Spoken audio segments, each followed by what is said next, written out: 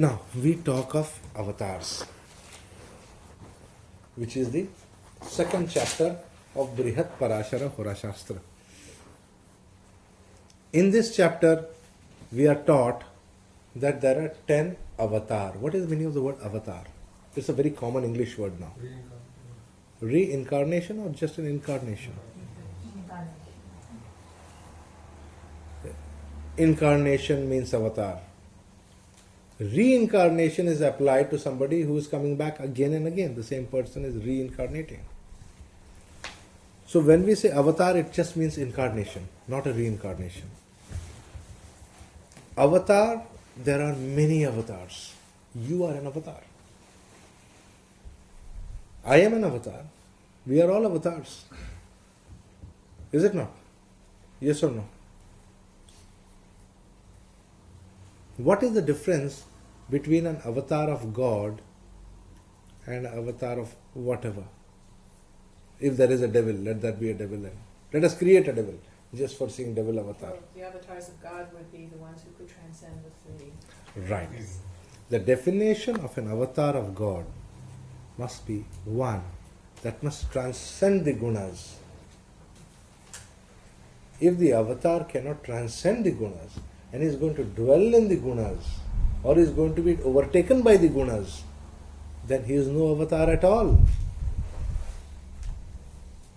Am I clear? Now, since birth must take place through a graha or through grahana, through an eclipse mode, there in Jyotish we have Navagraha or 9 modes of eclipse. 9 kinds of eclipses, 9 kinds of grasping where you get hold of you and push you to planet Earth. The word graha is from grahana. It is a very negative word. It's not a positive word. And the translation as planet is totally wrong. You understand it why? Because the word graha has to do with eclipse. And that is how you are born. You are eclipsed and brought to this planet. And as soon as you come to this planet, I say, I am Sanjay. I am the Guru of SJC. How foolish you are. Were you Sanjay, the Guru of SJC in your last birth? No. Will you be so next birth? Definitely not. Then how can you say you are? It is just an eclipse of your mind that makes you believe that you are that. So it is this mind which is eclipsing the soul. Who is eclipsing your soul? It is your own mind. Nobody else is doing it.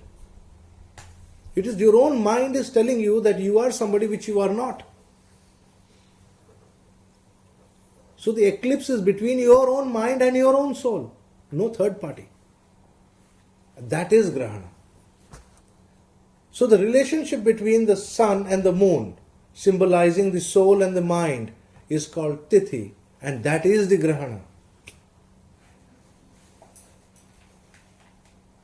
That is the eclipse which causes you to be born.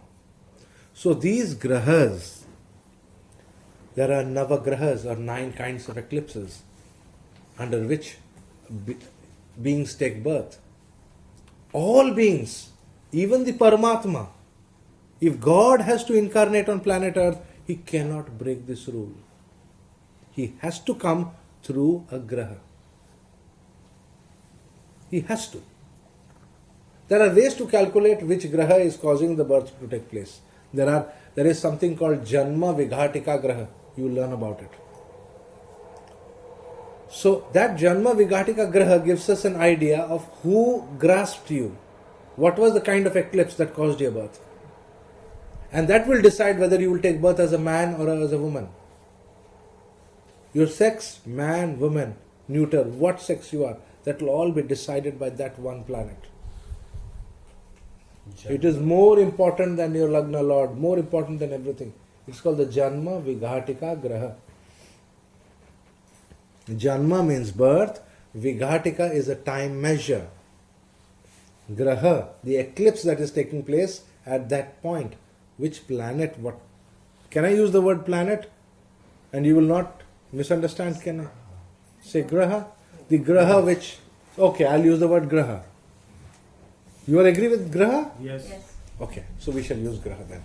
Good. Good. So graha has now become a part of our English. Good. Yes, so the graha will decide what is happening. Now, these avatars or the manifestations of God are said to be the highest incarnations of the grahas. Or in other words, when they take birth, they have to follow the rules of Mars. They have to. Okay. Now, our exercise today will be to find out why these incarnations are supposed to be those of God. What attributes did they have? In what way did they manifest that they were able to show an attribute of God? How did it happen?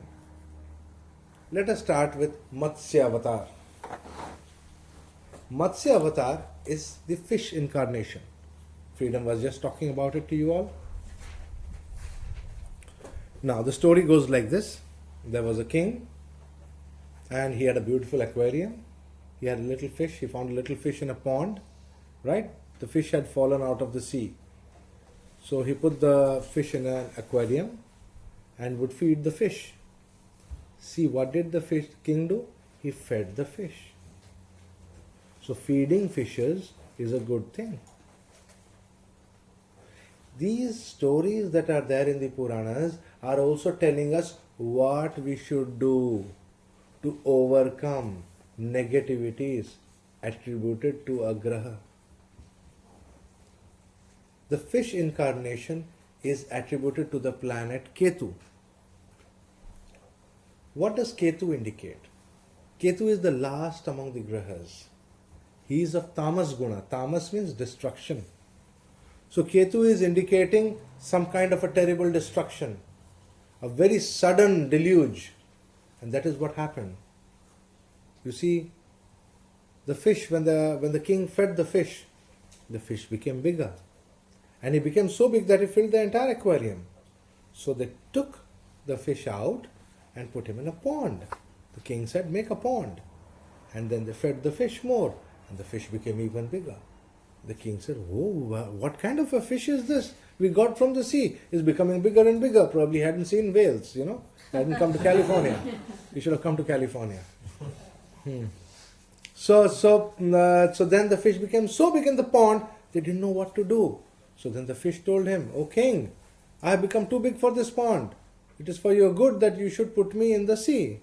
So they all carried the fish and they put him in the sea. And then the fish went away in the sea. And then one day there was rain, and the rain went on, and there was no stopping of the rain, and everything started drowning in the rain. The whole world started drowning in the rain. It is symbolic of our own lives. When terrible rains come in our lives and everything gets destroyed around. Everything starts drowning, our whole world is drowning around us. It is symbolic. This planet Ketu, the Graha Ketu, is indicating such a state in our life where everything around us is getting destroyed. At that point of time, the 7 sages came to the king and said, listen, the time has come for the whole world to be destroyed. The blessed Lord had already incarnated near you, and it is you who have been good in feeding that fish, which is an incarnation of the Lord. The king said, how can you say that this fish is an incarnation of the Lord? He said, of course, he is, because he shall transcend this great destruction. When everything will be destroyed, he is the one who will save you. So the Savior is a symbol of God. And he will help you to cross over this terrible destruction. And when the destruction stops, he will put you on a safe place. And from there, again there shall be creation. So the king sat on a boat with the 7 rishis, and they kept the Vedas with them. And they pushed the boat into the sea without any oars. See the symbol, without oars. Do not try to steer your own life. When there is destruction all around you, know that your own brain is clouded. Let go of your thinking. Surrender to one of the rishis. There are 7 rishis. Learn to surrender to the rishis and to the Vedas. No oars. There were no oars. You see? When there are no oars means you are not going to guide your life. If you try it, you will drown. You have to let go of those oars. Sit down in the boat quietly. Pray to the rishis. Because those rishis are the one whose energy will call God. And the rishis sat down and prayed. Om Namo Bhagavate Mahamatsyaya. The mantra was Om Namo Bhagavate Mahamatsyaya. Bhagavate means an incarnation of God. Maha, great. Matsyaya, fish. Matsya means fish. Om Namo Bhagavate Mahamatsyaya. And there's the remaining mantra given in the Bhagavatam. But this is the simple small mantra. And the fish incarnation came. And they threw a string on him and tied the boat. And when the seas became rough and terrible and the whole cities were getting destroyed, the fish incarnation pulled the boat with the 7 rishis and the king in it and the 4 Vedas through the whole destruction period. Then after some time the rain stopped and they found land, and that is where he left them. And that is how the new life started. It is symbolic of stages of somebody's life. So the fish incarnation symbolizes Paramatma. Why does it symbolize Paramatma? Because it helped you to cross over, transcend this destruction. Everything got destroyed. Just like the Noah's Ark. When you read about the Noah's Ark, you will understand there is total destruction around you. You have to let go. There is this eclipse, this grahana coming in your life, so let go. Take shelter in the Rishi, seriously, and do your mantras properly. And then he will come and guide you out through this terrible storm. So the symbol of God is He who can help you to transcend. That is the Paramatma. Even at the stage of complete destruction, they were not shouting, they were not crying, they were not running to save their gold and materials. What did they try to save? The Vedas, knowledge. That means when complete destruction occurs, when you die, only the Vedas will go with you. Only knowledge will come with you. Nothing else will come. The fish incarnation is symbolic of death in our lives. What will help you to transcend are the 7 rishis who sit as the guides of the 7 lokas. And they will help you to transcend the lokas with the Vedas. And it is the fish incarnation who will pull you through all this. Tremendous pull it has got. It will give you moksha. It will take you to the little land from where you will not come back again. And give you a new existence where you don't have to evolve anymore. That is why Ketu is moksha karaka. Yeah. Does 7 rishis refer to 7 planets? Or those? No, they are the 7 rishis. Sapta rishis, they are in the sky, you can see them. They are symbolic of the number 7, which is ruled by Ketu also. So when you do Vedic numerology, from the fish incarnation story, Matsya Avatar story, we know that the number 7 has to do with Ketu, the Graha Ketu. So people who are born on the 7th day of a month know that Ketu is very strong in your chart.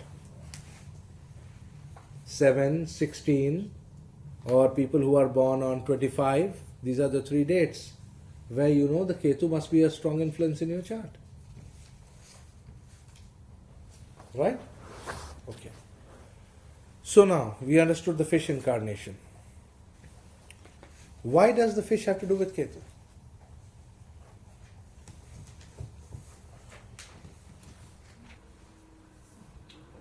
Pisces, Ketu exalted in Pisces. Well, he gets exalted later. We don't even have the science right now.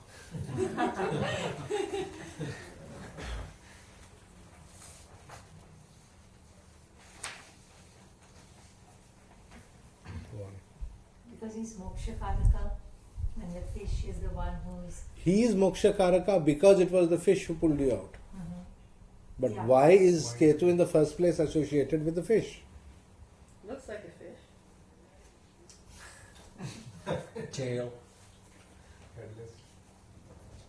It is headless. Right. That is the attribute. You are not supposed to use your head. Remember I told you that? The king was told, throw away the oars, don't use your head. Where will you steer? You think there is a strength in your hand that you will row us? Forget it. The sea is so terrible that you will drown and the whole ship will go. The little boat will go in the water. Forget it, don't try it also. Throw away the oars. We will pray and Matsya Avatar will come and take us. This head of yours is your biggest enemy. Your own mind is your enemy. You want moksha? Your own mind is your enemy. There are no enemies outside. That is the important message.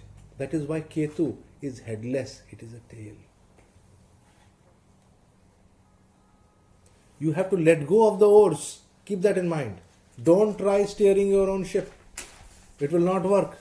Just surrender to the rishis. Sit down quietly over there. Do the mantra. Don't try to understand what the mantra is going to do. You cannot understand it. Do it, then you'll see the difference. That is what is the lesson over here. The more you try to reason, it does not work because it is the reason which is eclipsing the soul. It is the mind which has caused the eclipse. So what excuse is he going to give you? It is like the bully trying to tell you, you must do this so that it is good for you. Arey, you are a bully, so naturally you will do that. The mind is the bully. Your own mind is the bully. And the tormented one is your own soul. The real you is tormented by your own mind. That is the entire lesson of the Matsya Avatar.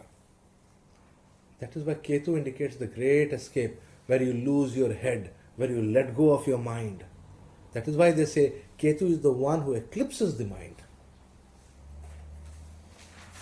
and causes the soul to come out. That is why when in anybody's horoscope you find the sun to be terribly afflicted, give a cat's eye. Cat's eye is the gemstone for Ketu. Ketu will break everything and take the soul out. Save the soul. Okay? Okay. So we studied about Matsya. Why fish? Anything else?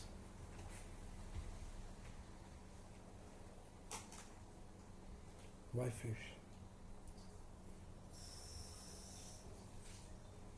Go on.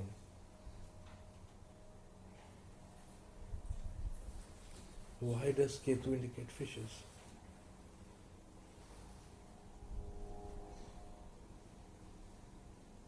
Fish live in water, which is really a symbol for universality and the oneness of everything. Right.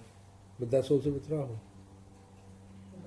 The thing about Ketu, the important thing you must understand about Ketu is, we were asked to throw away our oars. So, who is the oar? The fish. Who is going to steer us? See, somebody has to steer and propel also, right? Somebody has to steer the boat and also push the boat or pull the boat. The fish is going to do that. And how does the fish do it? It does it with the tail. The entire direction or the propulsion is coming from the tail of the fish. The entire vibration of the tail is causing the fish to move. The entire propulsion is with the tail. The submarines follow this propulsion of the fishes. There is a rudder in the back as well as there is a, a fan in the back. Turbine in the back. Not really a turbine. Yeah, a turbine runs the fan, which is actually propelling the sub. It's also all about following the currents. navigating in water is not just your own propulsion, but you use this kind of intuitive flowing. That's the word I wanted to hear. Intuitive flow. Intuitive flow. That intuitive flow with the currents. A huge wave is about to come. How to cut and go. Even before the wave comes, you must know about the wave and cut and go. Intuitive flow comes from Ketu. There you should not wait for the wave to come and then see, oh, it has fallen, now what I will do. The moment you apply your mind, you are gone. You have to use your intuition. That is Ketu. So Ketu rules intuition. Fishes have great intuition. Observe the fishes, study the fishes, and you will understand all about Ketu. That is the important teaching. You must study the fish to understand Ketu. So, if you want that the planet Ketu, or the Graha Ketu should be favorable, that after you die, you will get a direction. There will be somebody to steer you through, at least symbolically. Do not kill fish. Do not harm the fish. Instead, feed the fish. When you are in great danger and Ketu is creating havoc in your life, give some food to the fishes and you will come out of its eclipse. That is the important message for us. I have a question there. People in this country have these mini aquariums and they, keep these nice decorational fish. So are you helping this fish or you are basically Well, incarcerating the fish? our king started with an aquarium. But then this fish remains in that little aquarium. So long as you are feeding them and looking after them, what is the problem? They have not been eaten up by other fishes. But if they become big, you are supposed to release them back into their waters. How many of us are releasing the fish back? We don't. When the fish becomes big, you are supposed to release them. You are not supposed to wait for them to die or they have become big, give it to your cat to eat it. Right? You are not supposed to do that. But if the fish dies in the aquarium, then are you accumulating more? When every being dies, every being dies. Death is a part of all birth. So every being will die. So what can you do about it? Now, my fish died in my aquarium before my mother died, so I'm just naturally thinking about it.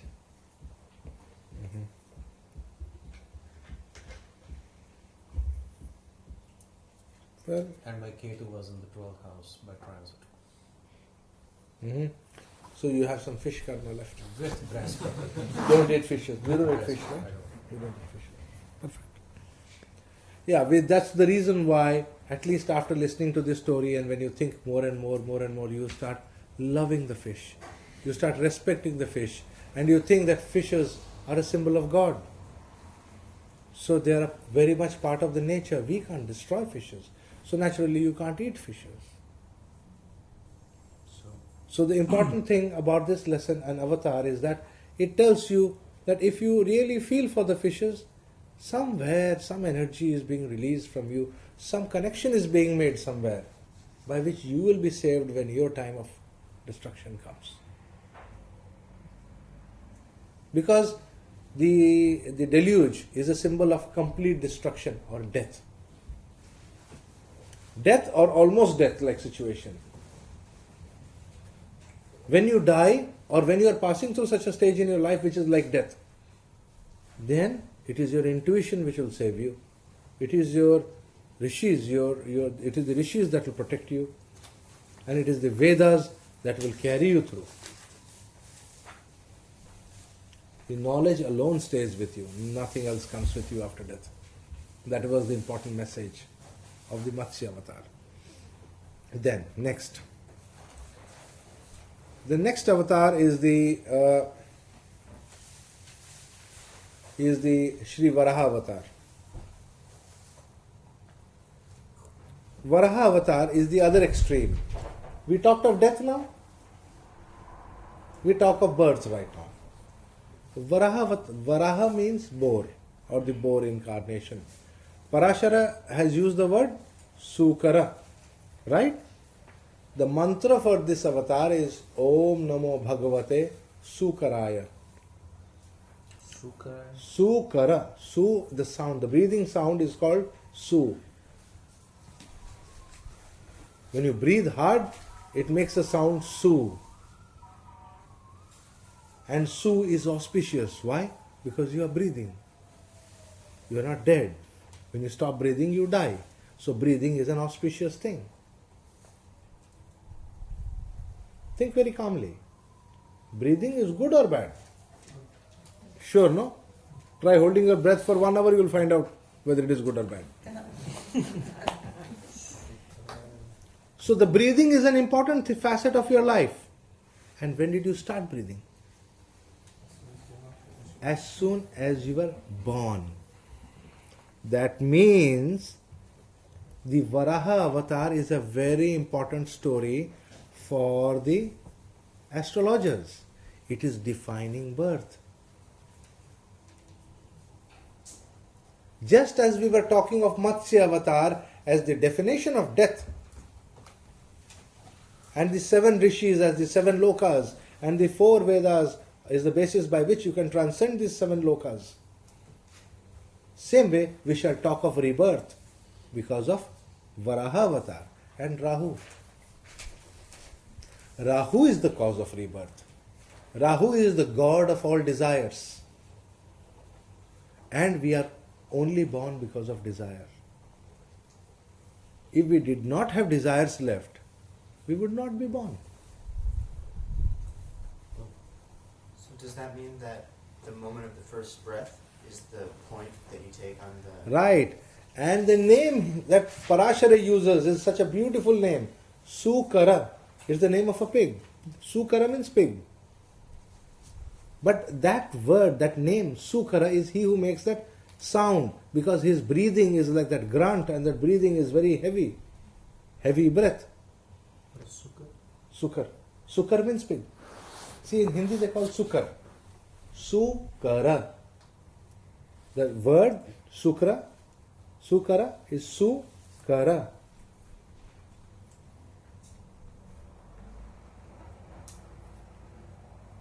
Not Shukara.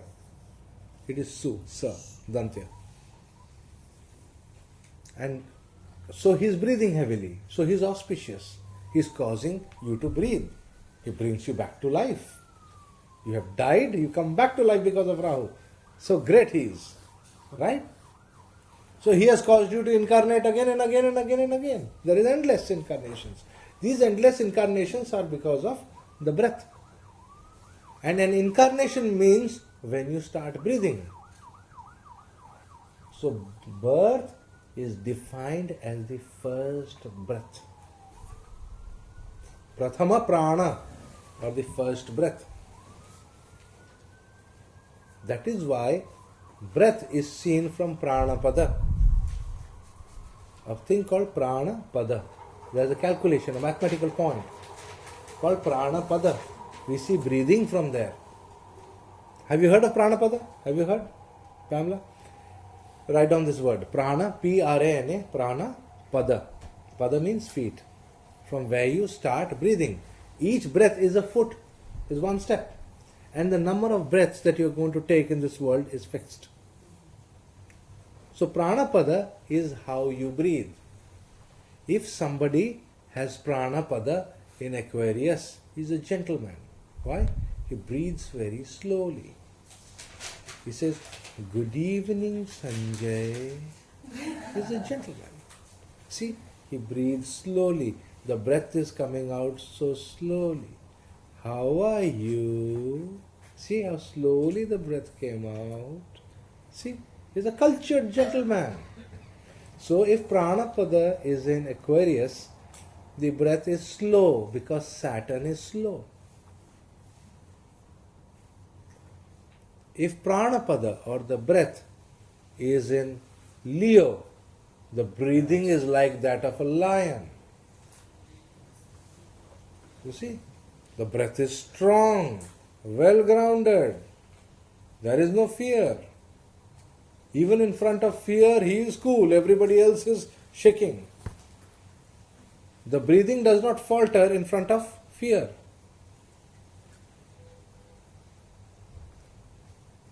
Because the sun does not falter. Have you ever seen the sun go fast or slow? Have you ever, in astrology, when you people have been learning astrology, have you seen the sun going very fast or very slow? No. He's steady in his motion. Very steady. Perfect yogic breathing is pranapada in Leo. That is what we all want. Yogic breathing means pranapada in Leo.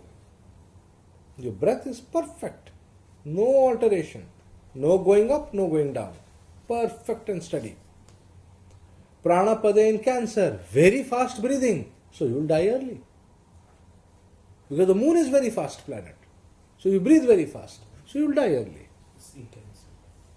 Pranapada in Cancer is not good. Like that, the Pranapada in different signs will tell us what kind of breath you are having. Pranapada is called a lagna. It is called the lagna of breathing. And planets are studied in the horoscope from this lagna to see what is stopping your breath. Those of you who study medical astrology will find this a very important information. Ayurveda, this is very important. The breath.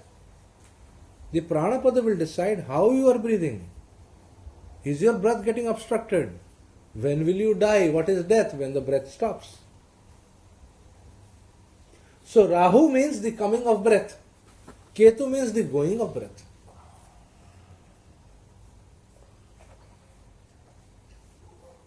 So the Varaha avatar. The Varaha avatar story is different. There was some demon. What was his name? Sarvani, you remember his name? I am not very good with demon names. Okay, there was a demon who was creating a lot of havoc, running around trying to take over these worlds. So God decided to incarnate as, he took the earth and he threw it in the water. Earth was thrown in water. What is earth? Earth is the world. So your world, you are in the world, is in water. When is your world in water? Have you ever seen a world in water? You have. You don't remember it now. When you were in the stomach of your mother. The demon threw the world in the water. Who is the demon? Who eclipsed you? Your Atma was put in a cage. You know the cage? And the mana was put on top of it. And the demon Rahu eclipsed it. Demon, see that? Rakshasa. And then he threw that world in the stomach of the mother. So it was in water. The world was in water. And at that point of time, all the gods started crying, oh, what will happen? Protect the world. So what happened then? Then Brahma started meditating. The Creator started meditating.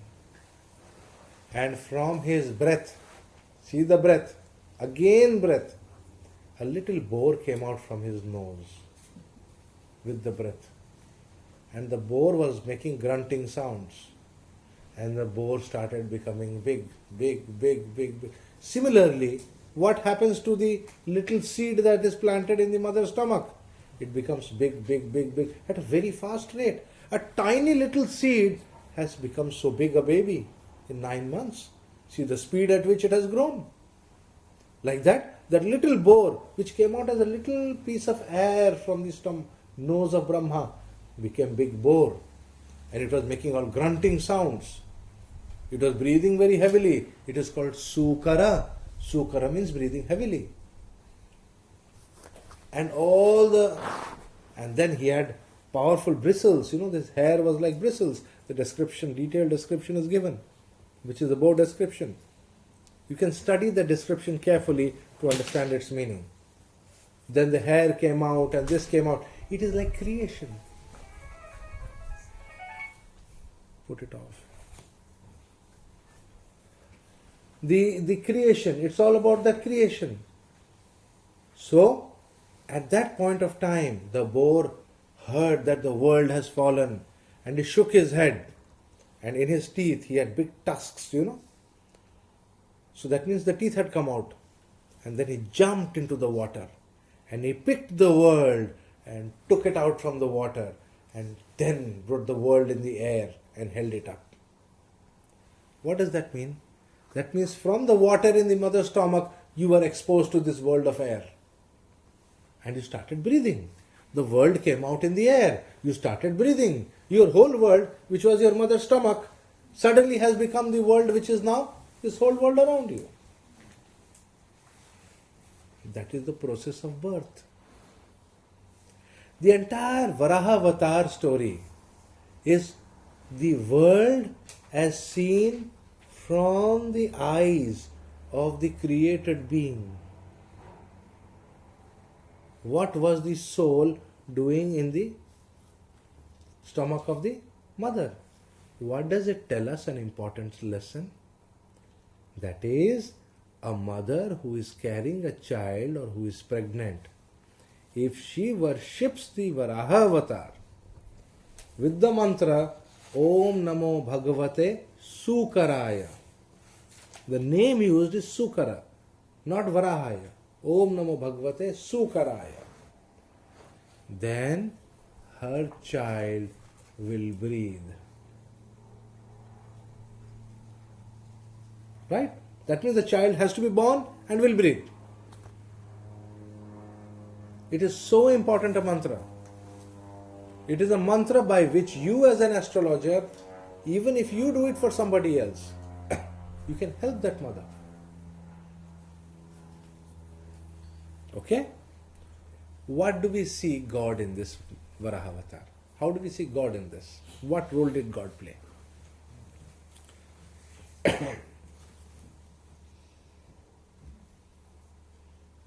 How do we see the hand of God? We see the hand of God only at the moment of birth. The world was falling in water, all those things was happening. It means what? Pregnancy was taking place, conception was taking place. At the time of when the world was about to be destroyed, that is in the last month, at that time the Varaha Avatar jumps in and takes the world out of the womb and brings the baby into this. That moment of birth, when he takes it out of the water and puts it into the thing, is a moment worth praising 1,000,000 times, because you have saved one life. So the Varaha Avatar has saved life. Yet, at that moment of pain, when the whole world is being destroyed, when the world is sinking in the water, and as it is sinking, it is getting fully destroyed. There is tremendous suffering. The exact word used has been explained in the Stotra, Madhusudana Stotra. Garbhavasam mahadukhat trahimam Madhusudana. Garbhavasam means sitting in the womb of the mother. Mahadukhat is the greatest sorrow that any soul can get. Because the soul is cramped. Have you seen a baby, how cramped it is? This little room. There is not even room to move around. You are cramped inside that. Like a tree or a plant. You are cramped, you are stuck. Mahadukhat, it is great sorrow. Is that why it's called Kumbhi Pakna? Yes. Yes, that is right. It is Kumbhi. It is like Kumbh Rashi. You are totally trapped in that. You can't get out. You don't know where to get out. You don't know where to go. No knowledge, nothing. Just a tiny little creature you are. It's a terrible sorrow. A sorrow that is unmatched. Such a sorrow you will never see again in this world. In this planet Earth, you will not see more sorrow than you saw in the womb of your mother. That is the greatest sorrow that any soul can see. And to take you out from that sorrow, and the terrible pain that the mother has to go through, and the enormous danger to all kinds of exposures and infections and death and what not all. The moment of birth is a very dangerous and most difficult moment. They say that the mother will never see pain more than that in her life. It is the most difficult and painful moment. She cannot see any pain more than that. There is no pain in the world more than that. So you see, the terrible pain to the mother and the great sorrow of the child are ending at one moment. At one moment they are ending. The whole pain finishes and the terrible sorrow finishes and great joy is there all around. You see the situation, how it has changed. Terrible pain. Suddenly it finishes. All the sorrow that the soul is seeing suddenly finishes. It's suddenly born, baby born. And everybody is celebrating and is smiling and happy. So who took you out from the terrible pain and terrible sorrow and suffering? The Varaha avatar. Similarly, when you are under the terrible attack of Rahu and you are cramped and you can't move around, you can't do anything, you are trapped, put in a jail. Like going to jail, people go to jail. Trapped. Then by worshipping the Varaha avatar, you will be delivered from there. There will be safe delivery. Be sure of it. With the mantra, Om Namo Bhagavate Sukaraya. And the Sukaraya or Sukaraya? Sukaraya. Ooh, Dirghau. Sukaraya. Sukaraya. Sukaraya. Sukaraya. Raya. Sukaraya. And when you are under the malefic influence of Ketu, you do the Om Namo Bhagavate Mahamatsyaya. Mahamatsa. Okay? If you're like in Rahu Ketu, would you do both mantras? If you're You have to see what the problem is, depending upon which of them is the problem. We'll come to that part. The chart will come to that. So we were talking last about Sri Varaha, right? Yes, Okay, and we realized right here. yes. Yes. So the important thing that we learnt about these two nodal avatars, which I say the two extremes, is they are points which are after death and before birth. In your existence, your life is a spectrum of light. And these are points before, after death, that is Ketu, and before birth, that is Rahu. So Rahu and Ketu are without bodies. That means you don't exist. So Rahu and Ketu means you don't exist. They are without bodies. That is why these grahas have the power of eclipsing without a body. They eclipse your mind. They cause such destruction in your lives, which is like taking birth or seeing death. Major transformations occur, Something has to be destroyed for a new birth to occur. So these are transformational changes that happen. So whenever we have nodes making an indicator of a change in our life, it means a very terrible change, a very, very trying part of our lives. Then, so the first thing that we talked about was Matsya Avatar, then we talked about Varaha Avatar. Varaha was Sukaraya, Om Namo Bhagavate Sukaraya. The next avatar we will talk about is the Vamana Avatar. Vamana Avatar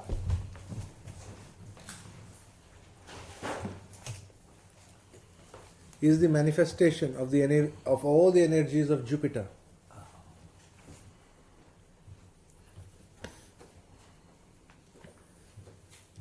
He is called by different names. His name, when he was born and as a kid, was Upendra. So, many people say Upendra. But at that time he was born in a Brahmin family. Jupiter, he was very little in height, very small in height, small kid, very young in age, but he had mastered all the Vedas and all the scriptures, and the entire body of Vedic literature was within him even by the time he was in his teens. Just like Adi Shankara, Tremendous knowledge. And there was the Shukracharya, The Shukracharya was the was the teacher of the demons. And Shukracharya told the king, Bali, his name was Bali, that, listen, I'll tell you some secret mantras. And you do these secret mantras, you become very powerful. You become so powerful that you become master of the three worlds. This God and goodness and spirituality and all is madness. This whole world of people, especially this earth, people have gone mad.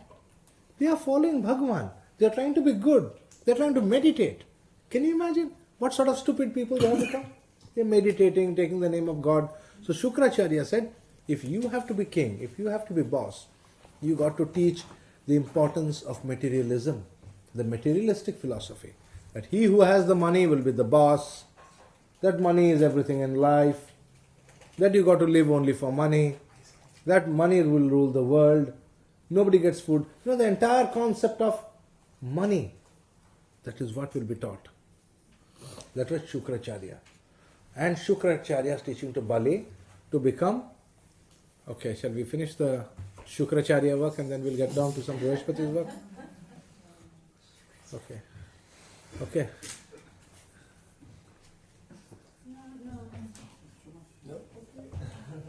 Later maybe, next break.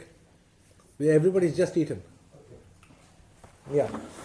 So you see, Shukracharya was always the material benefits. Have the ice cream, come on. What are you listening to the Guru? Are you wasting your time, guys? That is Shukracharya. Forget it. This is all bogus. Concentrate on the ice cream. This is useless. This master is wasting your time by talking about all these things. Shukracharya. Venus. The power of enjoyment of this world. Enjoy this world. Why are you wasting your time listening to all these fellows talking about religion and the scriptures? This is all bogus. So Shukracharya wanted to make Bali the king of the worlds. And Bali listened to Shukracharya and he did all these yagyas and mantras and things and he became all powerful. And then when he became all powerful, the demons, what are the demons? Demons are those who believe in the materialistic way of life. That is, your mind is obsessed by the fact that you're going to live permanently in this world. You will die one day. And that madness, that obsession about money is the cause of all your demoniacal behavior.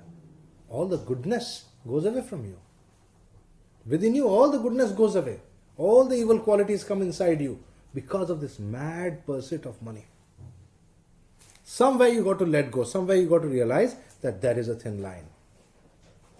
And you should not cross over that thin line. You must not forget mercy. You must not forget the dana, that is to give. You must not forget daya, that is to have mercy. And what is the third? The dhamma, to control yourself. Self-control is very important. The three das. Daya, dhamma and dana. The three das. So, but Shukracharya said, forget all this is bogus. You just follow. And Bali became stronger and stronger. At that point of time, Bali decided to do the ultimate yagya. In that yagya, he said, if he finishes this yagya, he will become the master of the three worlds. Which are the three worlds?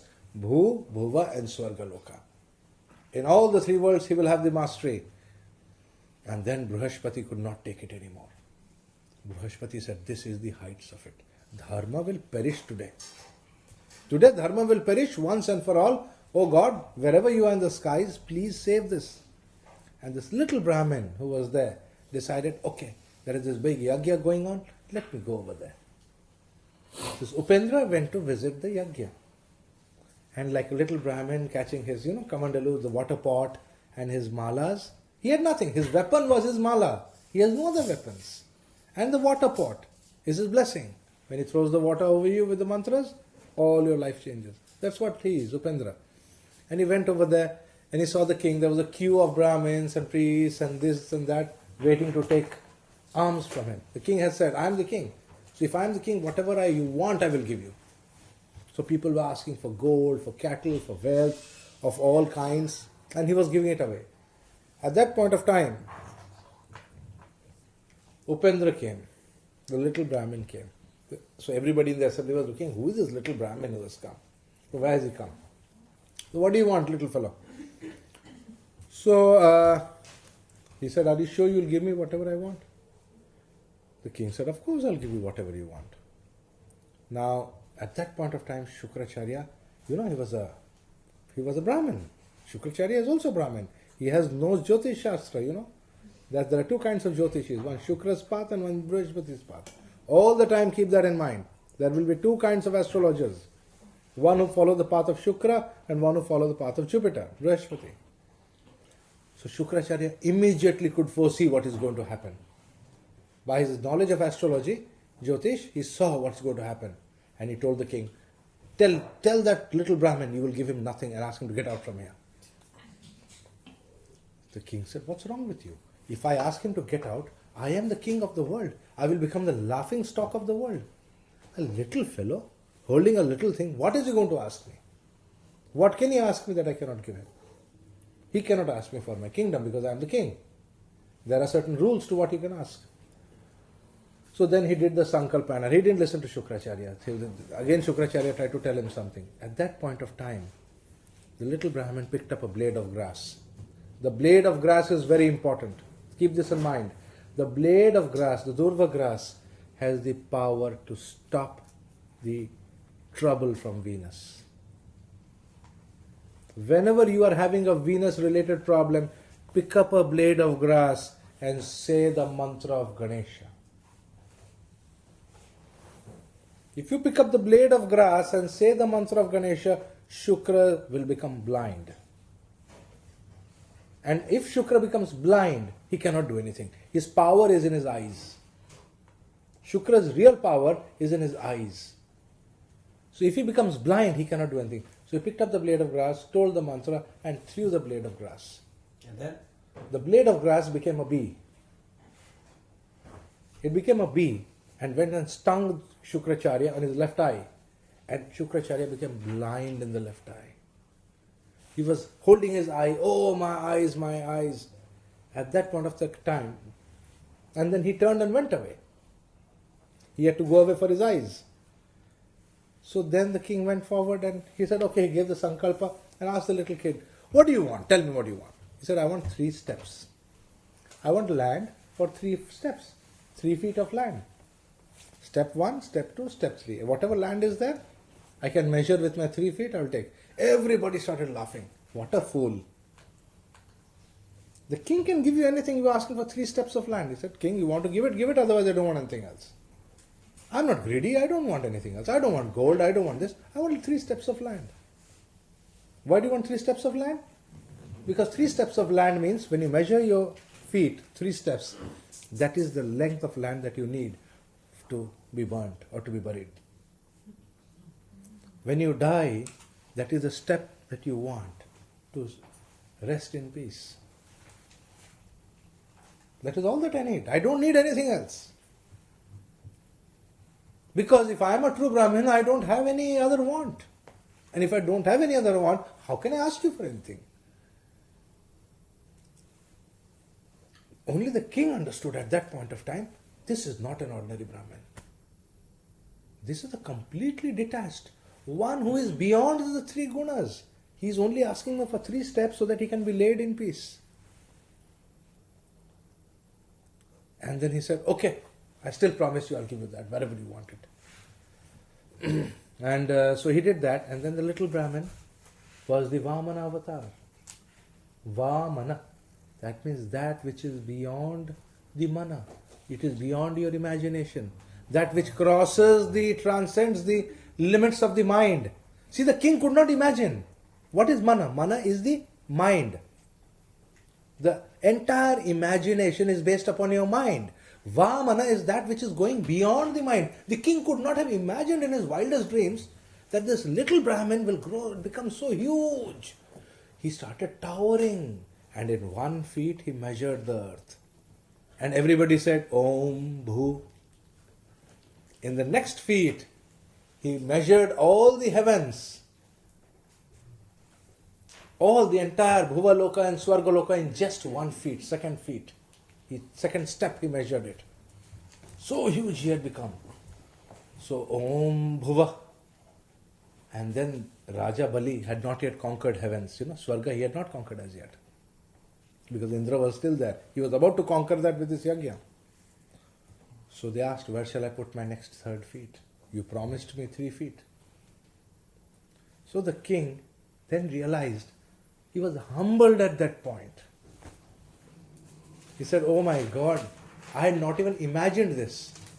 Even the wildest imagination, my mana, the limitations of my mind, you have crossed it. You have transcended the limitations of the mind. And so he bowed. He bowed. What is bowing? Being humbled. And he placed his feet, 3rd feet, on the head of the king. And at that moment, Raja Bali died.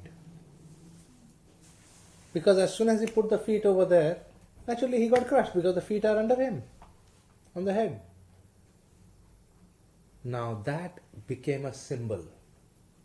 It is called Bali. And when Bali died, as soon as he died, because Vishnu had put his feet, because Vamana is Vishnu, Bhagwan, God himself. And when he places his feet on your head, that means he has become your guru. So that became symbolic of Guru Sishya Parampara, the tradition of Guru and Sishya in Hinduism. The Guru has to place his right foot on the head of the Sishya. If he does not do that, he is not your Diksha Guru. Keep that in mind. He has to do that, and he should know how to do it. And when he does that, he is supposed to show the world to you. If he cannot do it, he does not have the knowledge. That is a Diksha Guru. That is Diksha. When you get Diksha, the feet will be on your head. That is must. Okay? As a part of the Diksha, this is a must. If you have not done that, you have not got Diksha. Okay? And Diksha, or getting a Guru, is in 3 steps. The first step is Bhu. That means you are leaving all your attachment. Everything in this material world is finished. Next is entire Bhuva and Swarga. That means you are performing your last rites, so that no son, no father, no brother, no mother, nobody exists anymore. So even you are dead, you are to consider yourself as being dead. That means you have taken sannyasa diksha. Then only you get the final mukti diksha. These are the 3 steps. Then only you have got a Diksha Guru. Since Vishnu became the Guru of Bali, hence Bali was ready for moksha. So Vishnu then said, you are now my Sishya. Since you are my Sishya, and you have bowed, your ahankara is gone. Your ego is finished. If your ego is finished, you are no longer a demon. Hence you deserve to be a king. Please be the king. So Bali went on to become the king of one of the lower worlds. Is it not interesting? It teaches us how we learn from the master. Simply because the master doesn't have money, the guru doesn't have this thing, do not underestimate his ability. What was the king thinking? I am so rich, I am so powerful, I am saying, what do you want? I will give it to you. Actually, what he has, you don't have. He has all the 3 worlds with him, you have nothing. Right? Because he was able to transcend those 3 worlds. So the important part of this particular episode of the Vamana Avatar is how to get moksha. You do not get moksha without a guru. You need a guru to get moksha.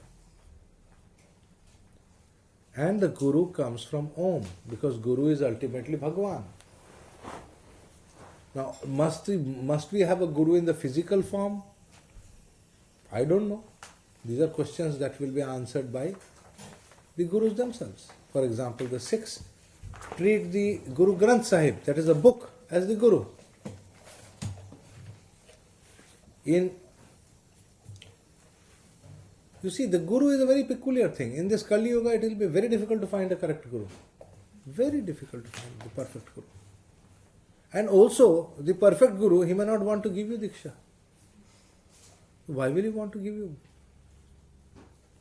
So there are so many things involved in this. But in any case, if you do the mantra, Om Namo Bhagavate Vamanaya, Vamana Avatar, Vamanaya, you will transcend the bondage of the mind in this body. Being in this body, you will transcend the control of the mind and the senses. You will not be a slave of your senses. You will get over your senses. By the blessings of the Vamana Avatar, the first step is to get over Bhuloka, to get over the senses. The next step is to get over all your desires and karma. And the third step is to go in for complete samadhi. So that is the Vamana Avatar. And that is the essence of all learning. If your learning doesn't lead to that, of what use is the learning? No matter how much you learn, all the learning is useless if it is not going to lead you there.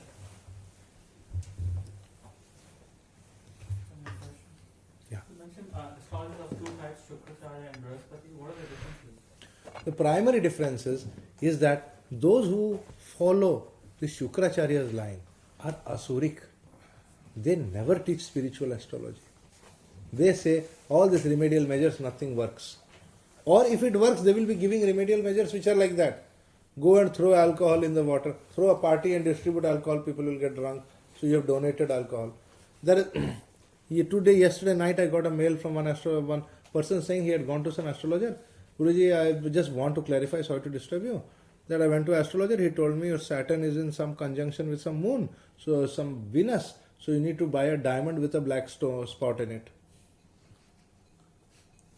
Have you ever heard of such things? The heights of cheating. Diamond with a black spot. Why? Which Shastra says it? Why should he buy a flawed diamond when you know it is bad for him? Every astrologer worth his salt knows it. Shukracharya represents those astrologers who are only focusing on material gains. All astrology for them is only for material gains. Buying a house, selling a car, buying a this thing, only that, all the time. They will never even by mistake think that if a person has come to me for astrology, I have a little responsibility to tell the person at least one mantra or something about Ishta Devata. Use some of these words so that something comes into the head of the person. You may say there's a 1 hour reading. You spend 59 minutes talking all about the personal life of the person. But at least 1 minute, say some words of Brihaspati. All I am telling is, I know that you have to do the work of Shukra in this world. But do not forget to do the work of Brihaspati. Don't forget to remind the person that he is a spirit being in a material body. That the body is not going to be with him. So why be attached to the body? Don't forget to remind that. That is the basic job of an astrologer. The Vamana Avatar story tells us about our responsibilities. As astrologers, we have to be very responsible. We cannot be afford to be irresponsible. Because if we are very irresponsible, the society around us will become totally irresponsible. We will only spread avidya instead of spreading vidya. So we need to be very responsible. It also teaches us an important factor, that when you think that everything is lost in this world, remember, there is always one from where you can take shelter. Shelter will always come at the feet of the Guru. Protection will always come at his feet. No matter how much you have steeped into sin because of Shukra. Okay, following this episode of the Jupiter's winning back of the worlds is the story of Parashuram. Parashuram Avatar. Parashuram avatar is the contrast, is the Venus avatar. Now Venus was also a graha. Venus was told that listen, you, just like Jupiter has the overall control over teaching and learning process, Jupiter graha, the graha Brihaspati, is symbolizing all the learning that we do and the ultimate objective of all the knowledge, that is to have spiritual learning. If we do not have spiritual learning, it has no meaning, right? That's what we learned from the Vamana avatar. So now we come to the Parashuram avatar. Here, the object of the lesson is that you have to understand the meaning of all relationships and the purity of relationships. The purity of a relationship is very, very important, because it is in the purity of the relationship that no sin is accrued. Impure relationships cause serious sin. So do not have impure relationships. Be very clear in your mind about your relationship with everybody. Here, the most important thing was the lesson of Shukra. That is, your attachment should always be to one, not many. Attachment must be to one, not many. You cannot have multiple attachments. You cannot. It is not right. So the Parashuram avatar, if you see the life story of Parashuram, you see he learnt, his name was Rama. Parashu means axe. He developed the battle axe. He was a great warrior. How did he become a great warrior? There was this great sage those days called Parashara. Okay. He was in the neighboring, they have these ashramas in the neighborhood, in the neighboring ashram to his father's. He was the son of Jamadagni. Parashurama was the son of a sage, great sage called Jamadagni. Jamad Agni. Jama means the god of death, Yama. Agni is fire. So Yamadagni refers to the fire of death, or he who can conquer the fire of death. Yamadagni was an advisor to the Hayahayas. Hayas were a cannibal tribe. So cannibalism was quite prevalent in India those days. So you see, Parashurama was born to Jamadagni. After Jamadagni listened to Parashara. Parashara told Jamadagni, what are you doing? We are supposed to be teaching the Vedas. On the other hand, you are going and giving advice of all these mantras, tantras and all to these Hayahayas, these cannibals who are not following dharma at all. So, then Parashurama, then Jamadagni had left him. He came and formed an ashram near Parashurama. So the Hayahayas got very angry. They retaliated very badly. They came, completely destroyed Parashuram's, Jamadagni's ashram, completely destroyed him. Kidnapped his son, called Parashuram. Can you imagine? Parashuram was kidnapped.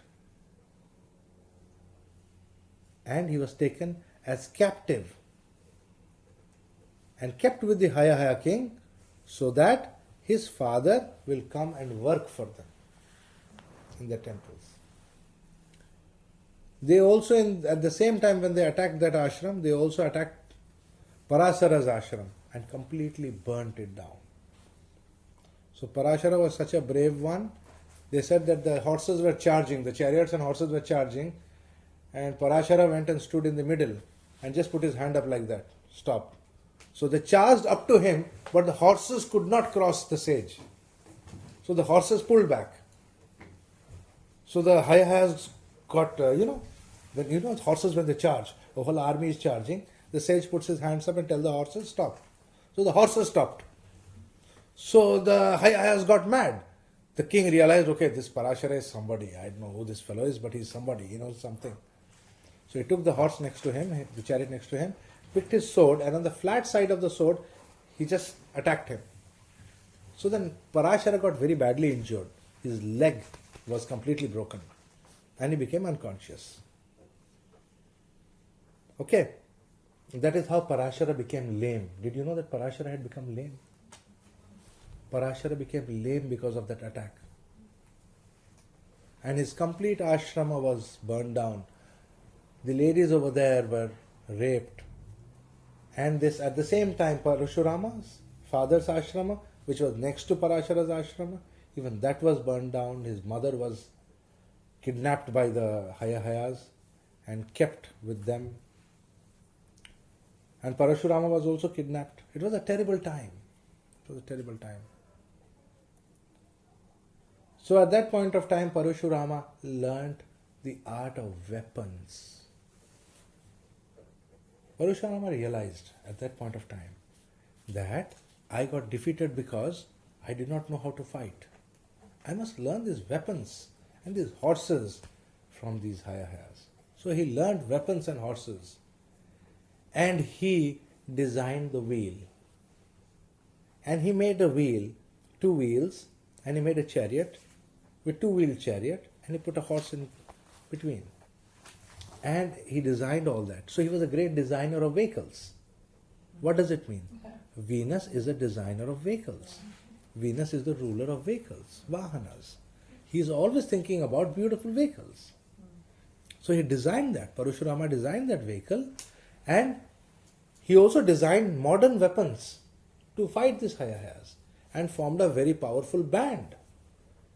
And this band, he ran away from the Hayahayas, formed the band and attacked the Hayahayas, killed his own mother,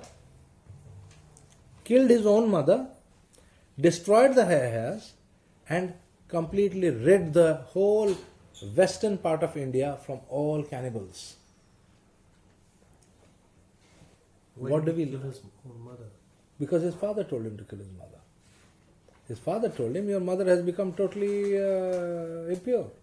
She is going and staying with this Hayahaya king. So this fellow was so mad, he went and killed his mother. So why did they kill the father? Hmm? I asked, why did they kill the... So they had left the father alive? Because the father is the head priest of theirs. Oh, I see. Nobody kills their own head priest, it is foolish. Head priest has left them, saying that these fellows are cannibals. Unless they stop their ways, I will not come. Because that time, the Vedic knowledge was spreading. And it has been decided that no, this has to stop. Especially western part of India, there was a lot. You see, simultaneously, the rishis and this knowledgeable seers, as well as these cannibals and the other, they all existed. It was a very strange time. So at that point of time, you can see, this is the most important episode of the Parashurama avatar. Subsequently, of course, for 21 generations, 21 is associated with Venus, destruction of Mars. For 21 generations, Parashurama destroyed all the Kshatriyas, saying that you warriors, you fellows are the cause of all the destruction and killing of this world. I will kill all of you, after that all wars will end. And only those Kshatriyas who could worship Ganesha survived. Now see the thing. That means when you are under attack by a very negative Venus, take shelter in Ganesha. Only Ganesha can save you from a very, very negative Venus. Otherwise, the Venus can ruin you. Only those Kshatriyas who took shelter under Ganesha and ran for their lives survived the slaughter of Parashurama. And finally, one Kshatriya was born called Ram, who stopped Parashurama in his tracks and told him, you have no right to continue this destruction, ended it. So the Parashurama avatar and the Rama avatar were concurrent. What does it mean?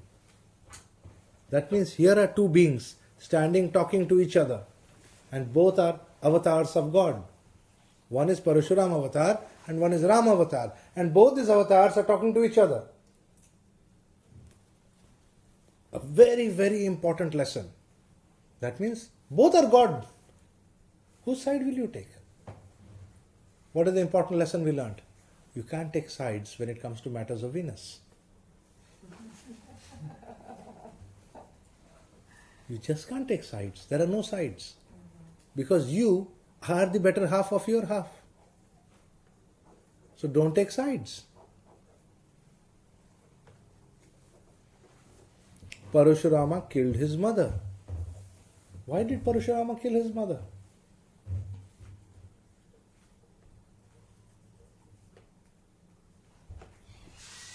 Lack of character. Pardon? Because father cared and lack of character. See, what is the important factor? When a child is born, who says that the child belongs to so and so father? Who knows? Other than the mother? Mother, right? So, when we talk of a lineage comes from Venus. It is the responsibility of Venus as a graha to continue a lineage. How can he continue a lineage when you don't know who is whose father and who is whose child? You see the problem? So Venus has a problem.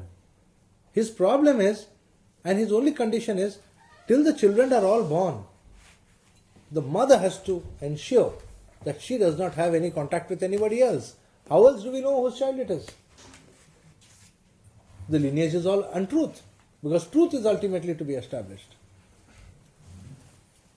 If Venus has been given the responsibility, if let us say you are given a responsibility to ensure that let us say I am Sanjay Rath, so I must be the son of a Rath, that my father must be Yukhirat, to ensure that is the lineage, and that is your responsibility to ensure. How will you ensure it? By ensuring that the woman who is giving the birth to the child is mating with that man. That's how you can ensure it. Otherwise, there is no other way to ensure it. Is it not? There is no other way to ensure it. Because his own mother had gone away with the Himalayas, leaving his father. So he said, what happens to my lineage? Because then my lineage is over. Okay? The same story. So Parashurama killed his mother. Venus killed his mother.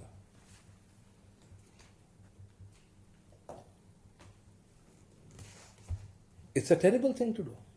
It just shows the hatred of a son whose mother goes away to somebody else.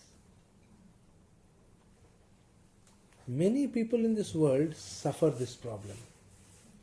You must deal with this problem very carefully. As Jyotishis, you will find so many charts with this problem. You will have to deal with this problem carefully. Okay? You must understand. Now this is one reaction. I will teach you the other part, the reaction of Jupiter. I will show you why our lineage is very great. Now, Parashara got hit by the sword of the Himalayas. See the reaction of our lineage to a similar situation. Parashara, when he opened his eyes, he found himself in the fisherman's house. And his leg was completely bandaged. And the fisher people were looking after him. A lady was looking after him. What was the name of the lady? Satyavati. It was Matsikanda first. Okay. Satyavati Later, after Parashara married her, right? Right. Matsyagandha or Satyavati. For us, she is always Satyavati. Okay. So she was the fisherman's daughter. She had nursed him back. And then the way they describe it, there was a beautiful cloud and a beautiful sun shone in the sky, and Parashara was not himself. And he, Parashara Muni and Satyavati, they had Gandharva Vivaha. You know what Gandharva Vivaha is, right? They got attracted to each other and had sex. Parashara was not married to her. He did not have a Brahma Vivaha. He did not go around a sacred fire. Parashara had a Gandharva Vivaha. He was in love. For the first time, only in a moment of weakness. One moment of weakness in his life. And in that one moment of weakness, Veda Vyasa came into the stomach of Satyavati. So, where does it? If the Parashara Muni could do that, what is wrong with our people being in love? Is there something wrong if a boy and a girl are in love? There is nothing wrong. See our parampara, what it teaches. There's nothing wrong. Parashara Muni himself. Vyasa himself was born like that. And after some time, Parashara Muni went away because he had to go for his job. He had to go from all these ashramas to ashramas, teaching them Jyotish and all these things. So this lady, Satyavati, gave birth to Vyasa. And when Parashara came back to take his son one day, so his father-in-law asked him, what shall happen to my daughter? You will take your son away. You are already moving around all the time. You will now take your son, and both of you and father and son will move around like monks. What will happen to my daughter? I am worried about my daughter. So then Parashara sat down in deep meditation. And then he opened his eyes and said, I bless her. From this moment I release her. It is important to release a woman so that she becomes free. What is release? Divorce. That means divorce was there in those days. And Parashara Muni has sanctioned divorce. So if anybody ever asks you the divorce is not there in the scriptures, tell them that this is what Sanjay taught.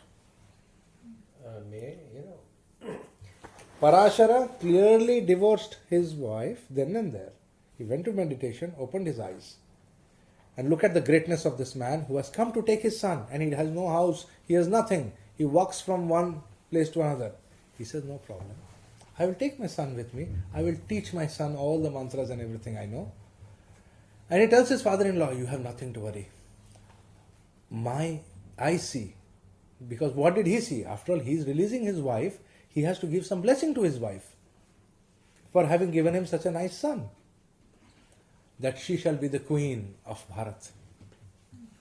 You will be, for having given this son to me, that means his mantra shakti was so much that he blessed her to become the queen of India. Now see the two contrasting sages. One Parashurama, who is considered an avatar and who killed his mother because his father said so. And here Parashara, who releases his wife, frees his wife and blesses her in front of Vyasa, so that the son understands the relationships and respects relationships and blesses her that may you be the queen of India. And as destiny would have it, Parashara's words did not fail. She went on to be the queen of India. That is an astrologer's word. It does not fail. And that too for his own wife whom he was releasing. That means there was no anger over there. Even there he blessed her. That is what a Jyotishi is. So there is a scriptural sanction for quote-unquote divorce. I'll give you an example of Parashara. Then why should we be criticizing Muslims for saying 3 times talaq, talaq, talaq, and talaq is done? Who is criticizing? Indians, Hindus do. They do. That is that problem. They should learn Jyotish from me. Those who learn Jyotish from me will never criticize anybody else. They will know that this world, there are ways of people. You have to understand that different people have different ways. There are 8 types of marriages. Gandharva Vivaha is one of them. There are so many types of breaking of marriages. Even Rakshasa Vivaha is there. What is that? Kidnapping somebody and getting married to her. But that is not sanctioned by our lineage. They don't like all these things. Yes. You see that? So it is not good. You must know what is good and what is not good. So, we have learnt about Parashuram avatar, the ways of Venus. Why did Parashuram kill his mother? Was it a good thing to do? That's in the eyes of the beholder. He says, on one side he says mother, no matter what, shouldn't do it. On the other hand, it's dharma. No. Probably should. Parashuram avatar symbolizes the perfect obedience. Perfect obedience. He obeyed his father. Because his father told him to kill his mother, he killed his mother. But because his father had made him sin, he killed his father also. Oh, he did kill his father. Yes, he killed his father, telling him that what you made me do was wrong. So what is Venus all about? Emotions going berserk. You see that? No control. You told me to kill my mother because she did you, I killed my mother. Now, because you told me such a bad thing and I become a sinner, hence she must die. What is all this? This is all, in the world of emotions, if you allow Venus or emotions to run amok, you will be behaving like a madman. 21 times he killed all the Kshatriyas. What did you get by that? So you see, these are not good ways. So we learnt about Venus and its nature as a graha. When Venus has an eclipse on your head, these sort of things will happen. You will fight with your mother, you will fight with your father, you will destroy your own house, you will cause havoc. So do not allow Venus to sit on the head. It is not good. So what do you mean by sitting on the head? Means it is ruling your nature. When Venus rules somebody's nature, then, or when Venus has a strong influence on your destiny, this is what will happen in your destiny. Okay? So we have done Mantra. Mantra for Venus. Since Venus, you saw Parashurama avatar, how it is. So the worship of Parashurama avatar is not liked by our lineage. In our lineage we say, what is there to worship? There is nothing worshipable about this. He is an avatar, but there is nothing worshipable about this. How do you confirm he's an avatar? Like you were talking initially. Yes. What is it that makes him an avatar? Right. The thing about Parashurama avatar was his brilliance and his ability for his creativity. Venus represents creativity. Creating something out of nothing. He transcended the gunas in his creativity. He was not attached to his creation. He created the chariot out of nothing. He created the wheel. He created this entire concept of warfare. He created weapons. And the entire creation of that is taking place is because of the seed called Shukra. So he represents all creativity, all creation. The thing about him is that every time he creates something, it is not for himself. He transcends attachment. He always created for the purpose of giving. You see the point? For example, when did the Parashurama avatar end? Parashurama avatar ended when the Lord Shiva had two bows. Are you aware of the bows of Shiva? Lord Shiva had two bows. One bow he had given to Janak, whose mantra I taught you in the morning, Hare Ramakrishna. Hare Ramakrishna is the mantra of Rishi Janak. It is called the Janaka Shadakshari. It is a very powerful mantra. It is the bow of Janak, the bow of Shiva. Okay, so Shiva had two bows. One he gave to Rishi Janak, one he gave to Parashurama. Now, Shiva's bows were undoubtedly the most powerful bows. So when Janak had his daughter Sita to get married, you all know about the story, Sita's marriage and how Ram came, lifted the bow and pulled it and the bow broke. Right? When the bow broke, it made a terrible sound. And that sound was heard by Parashuram. And Parashuram went mad. He said, who dare break Shiva's bow? And he picked up the other bow of Shiva and came to attack. And he saw this young man standing in front, smiling over there, with Shiva's bow broken. He said, who did that? He said, this boy did that.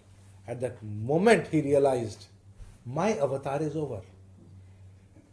The new avatar has come in front. So, my time has finished. My deeds are over. Now Ram, that is the sun, must shine. So he told, okay, string this bow in front of me and it will be yours. When he strung the bow and he left an arrow, Ram strung the bow and left an arrow into the universe. But they say the arrow of Ram cannot fail. It is infallible arrow. So where will the arrow go? So Parashuram said, there is only one place where it can go. All my ahankar must go with the arrow. All my anger, let it go with the arrow. So with the arrow, all his anger went away. So the bow which was there with Parashuram, and who made that bow for Shiva? Parashuram made the bow. See, he was a great creator. He can create anything out of nothing. Shukra is all about creation. Material needs, fulfilling material needs. But for whom? Not for himself. You have to transcend the attachment of your creation. If you have made this biscuit, beauty lies not in eating the biscuit, but in giving it to somebody else to eat. That is Parashuram Avatar. Marriage is not about taking and giving. Marriage is about giving and giving. That is Parashuram Avatar. He was an avatar because he transcended all his creation. He picked up the most powerful weapon that he possessed, the bow of Shiva, and he handed it over to Ram and happily walked away. Who can do that? We people cling to our material positions like God knows what. We can't even give somebody a tire. What will talk of a car? Really, honestly. Okay? This position shows to what extent Venus is sitting on our head. We are all under the grasp of Venus. It is called Shukra Graha. Shukra Graha is strong on us. To get away from it, we have to worship a certain form of the avatar. Parashara advises that we should worship Parashuram avatar. But no. In the lineage, later on we see that it is not the worship of Parashuram avatar. We study Parashuram avatar to understand what Venus is all about. You see, the more attached you become to your spouse, the more difficult your marriage will become. When you transcend the attachment, that is, you are giving without feeling, without happiness or joy or sad, you will see the relationship will become superb. You have to transcend the attachment. That is the problem. And that is the most difficult part of the marriage. Okay? Now, what else was I telling? Parashuram avatar, then Rama avatar. Did you all understand? Acha, the mantra we don't do of Parashuram avatar. We do the mantra of that form of Parashuram, which is called the last form. After he gave the bow to Rama, he renounced all his weapons. All the weapons he gave to Rama. And he went away to Rishikesh to meditate. That is why we say, Om Namo Bhagavate Rishikeshaya. We worship him the way he worshipped in Rishikesh. I don't like all Parashuram avatar killing mother, killing father and all. I don't like. We like Parashuram as the one who went to meditate. So then Venus also indicates a great tapasvi, one who can do tapasya, one who can meditate. The greatest of the people who meditate is indicated by Venus also. Venus causes tapasvi yoga, person who is determined to fulfill his tapasya. Okay? We will go into tapasvi yoga and all later. You have to teach all that in detail when I come. By the time I come next year, they should know everything.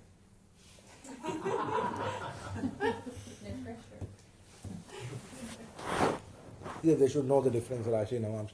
Many people see Rashi, it has why Rashi is meaningless, why the Navamsha is important. The whole thing should be clear.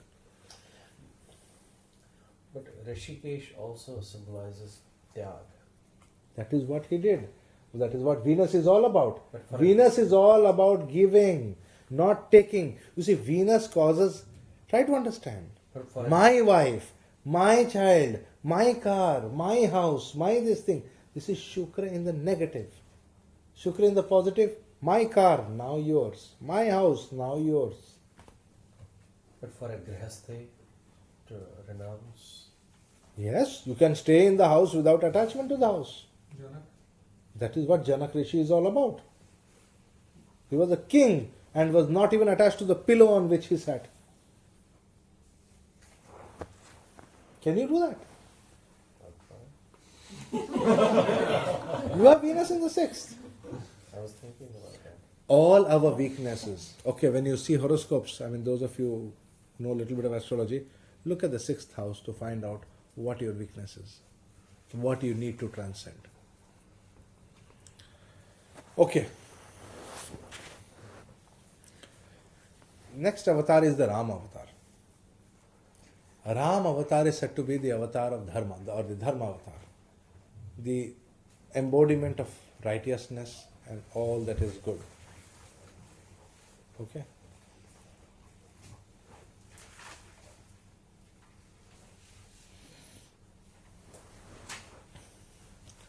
In the Ram avatar, we see the sun in all its glory, shining, of a son who is totally duty bound.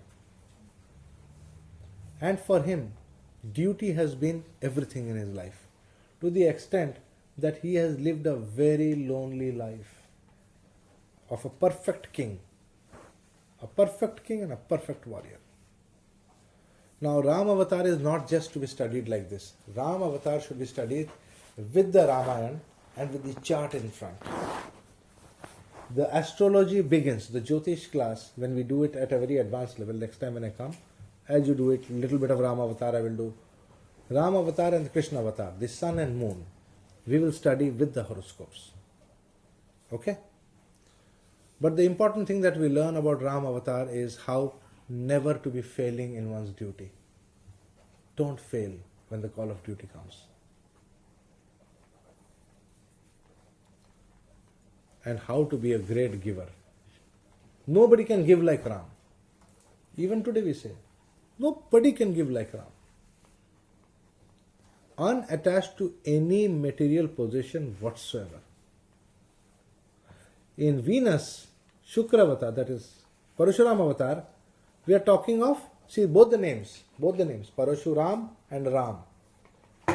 In both cases we are talking of detachment, of giving up. In one case, it is personal relationships. And in the other case, it is material possessions. Are you seeing the difference? In Ram, it is the case of giving up one's kingdom.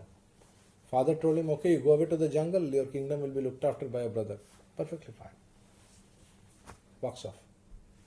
How many guys will do that? You will fight for a little car. Right? It's very difficult to even think of kingdom. No way. So you see, these things are important. So Ram avatar is all about the sun and Krishna avatar is all about the moon. And Krishna avatar is about transcending all mental bondages, all bondages of the mind.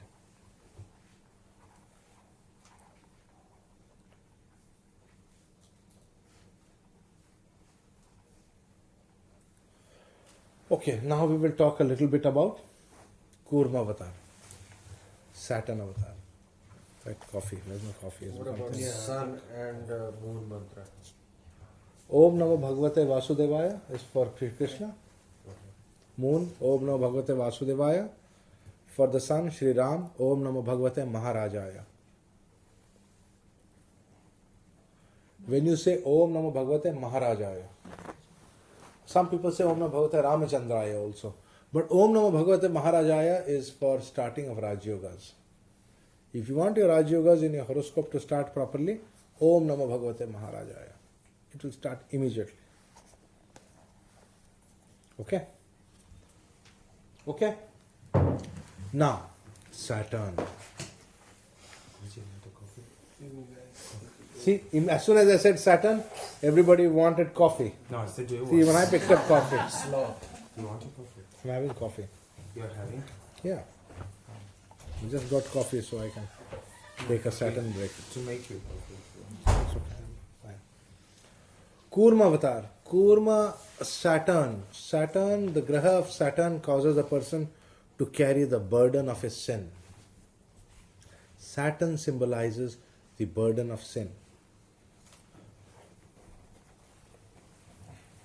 To study the entire Kurma avatar, because of a limited time, I will just touch upon certain portions. Okay? Sarbani has already done this, right? Sarbani, you already done the Kurma Avatar story? Yeah, more of the chanting of Vishnu. Where was that you did it? West Coast. Yeah. Right. In the last conference, Sarbani covered it to a quite extent. So I'll just touch upon it slightly. The tortoise, the back of the tortoise you have seen, it's hard shell. Okay? And the tortoise is a very funny creature. When you touch it, it withdraws into the shell.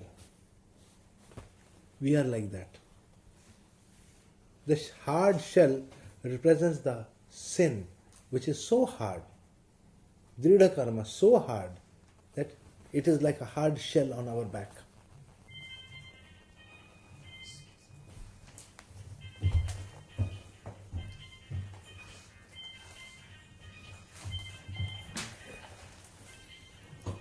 Okay? That sin is such a hard shell on your back. Where is that Saturn? Why is there Saturn?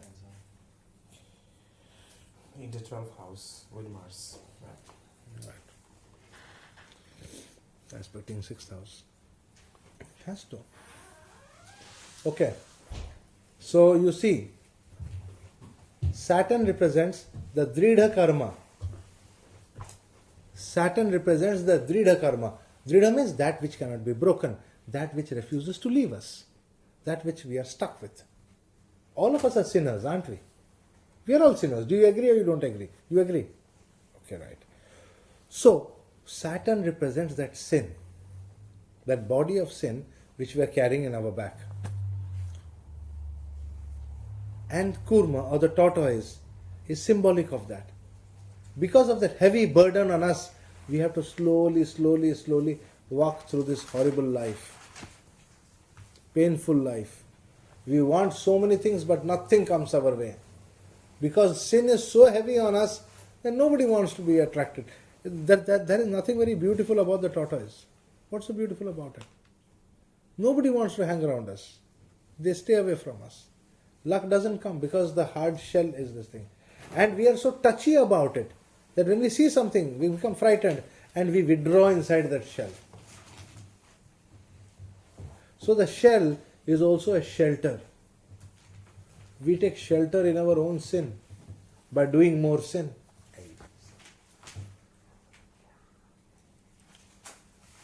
You observe somebody who is a sinner and you tell him you are doing this sin, he will take shelter within that sin by justifying that sin. It is a normal human attitude, normal animal attitude.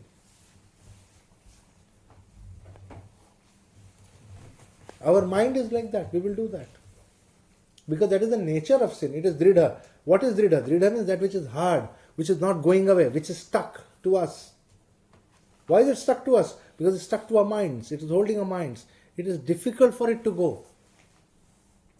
How to make that sin go from us? How to cause it to go? It is not easy. That sin doesn't go easy. That sin goes when we churn the karma. We have to take the karma and we have to churn. So what do? We take the tortoise and we put the tortoise inside water. What is the tortoise? Tortoise is our sin. And we put it inside water. What is the water? Water of karma. Ocean of karma. It is not some kind of a Pacific this thing and some bay or something. It is the ocean of karma. It is symbolic of karma, which is so huge like an ocean.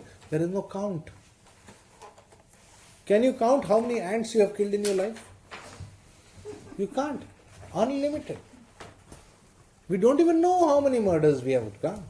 And we don't even think it's important. That little ant walking out there died. How many mosquitoes you killed? They had lives. They had to go back. They had to take food and go back to their babies. You never thought of them. You just killed them like that. How many mosquitoes you have killed? They are mosquitoes. To protect ourselves, we have to kill mosquitoes. We justified it. That is the beauty of the sin. The beauty of sin is we can always justify it. And hence we don't know it is sin. Our mind justifies it. That is the worst part of sin. A person who is taking alcohol and knows that, okay, taking a drink too much is bad, is much better than a person who takes one drink and says, I just take one drink and it's good for health. No. He doesn't know what is bad. At least the other one knows it is bad. To know that a sin is a big blessing. It's a very big blessing.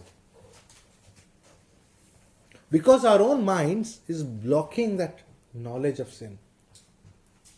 By us defining what is right and wrong based upon a certain culture that we live in. And we like to hang around inside that culture where we can justify that sin. We are afraid to go outside that culture and face some other culture where it will be called sinners.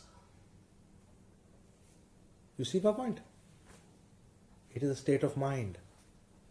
So when the tortoise is put inside the water and then on top of that they put Mount Meru. What is Mount Meru? Further burden. But it's like a spindle. Because the Mount Meru is the center of the earth around which the planets go round. So what is that Mount Meru? Mount Meru represents the center of the horoscope that you draw. When you draw the chart of the heavens, the center of the horoscope is Mount Meru. Below the horoscope is the Kurma avatar, the tortoise. The horoscope that you draw, the Kurma avatar is right below that. And your sins are right there. And the churning is taking place by the planets going round and round and round. When the planets go round and round, they're churning the spindle of your karma. And by churning the spindle of your karma, what happened when the churning took place? Some poison came out called Hala Hala.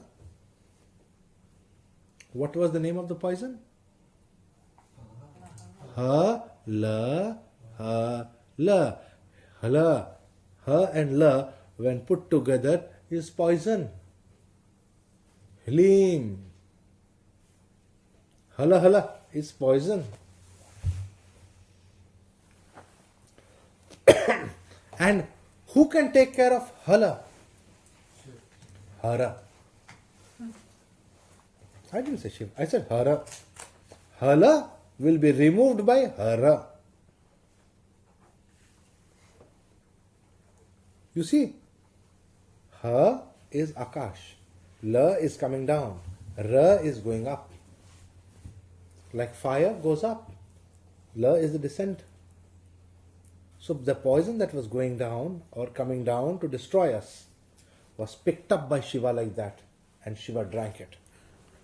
So what did Shiva do? Shiva drank your karmic poison. So who is your real savior? Because if Shiva did not drink that poison would have come into your life.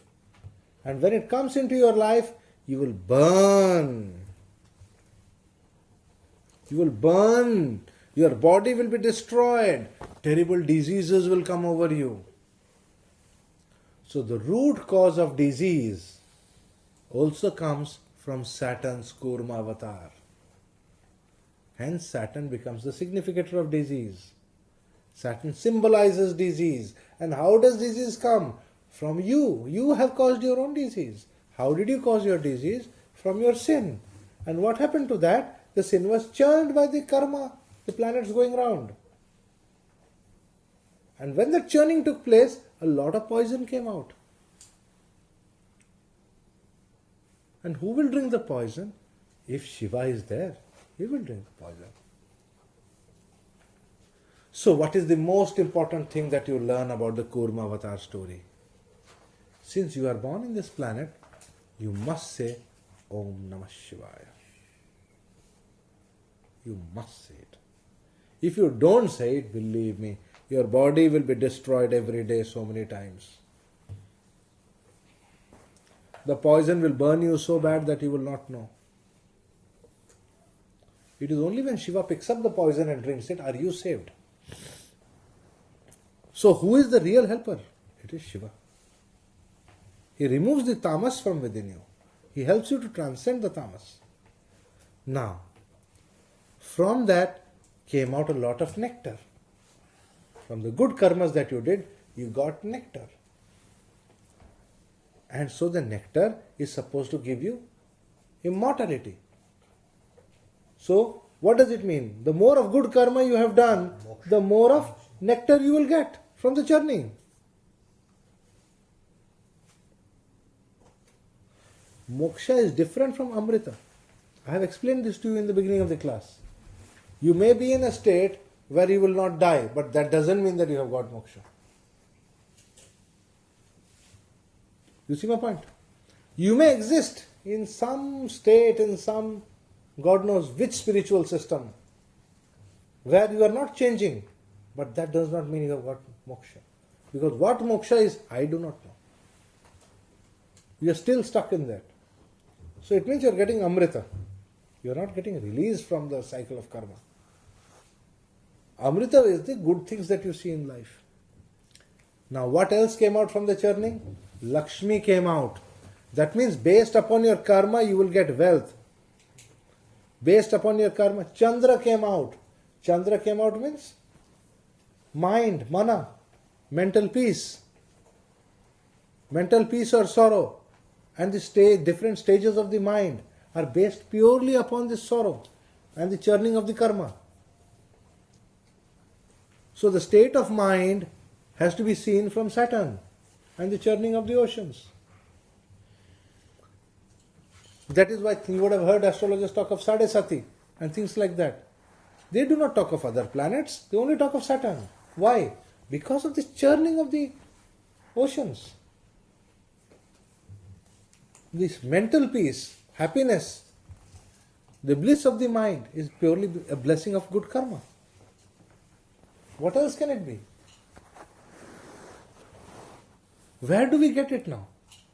What else? When Lakshmi came, he was given to Vishnu. Then we had wealth. Then we had all these good things coming out after that. So many other things came out.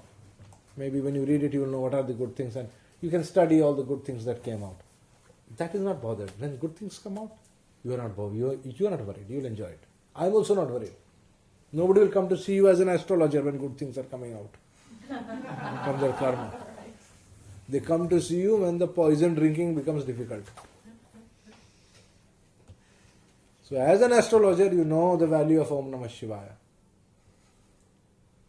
Because if you have not done Om Namah Shivaya, you cannot help the person who is in front.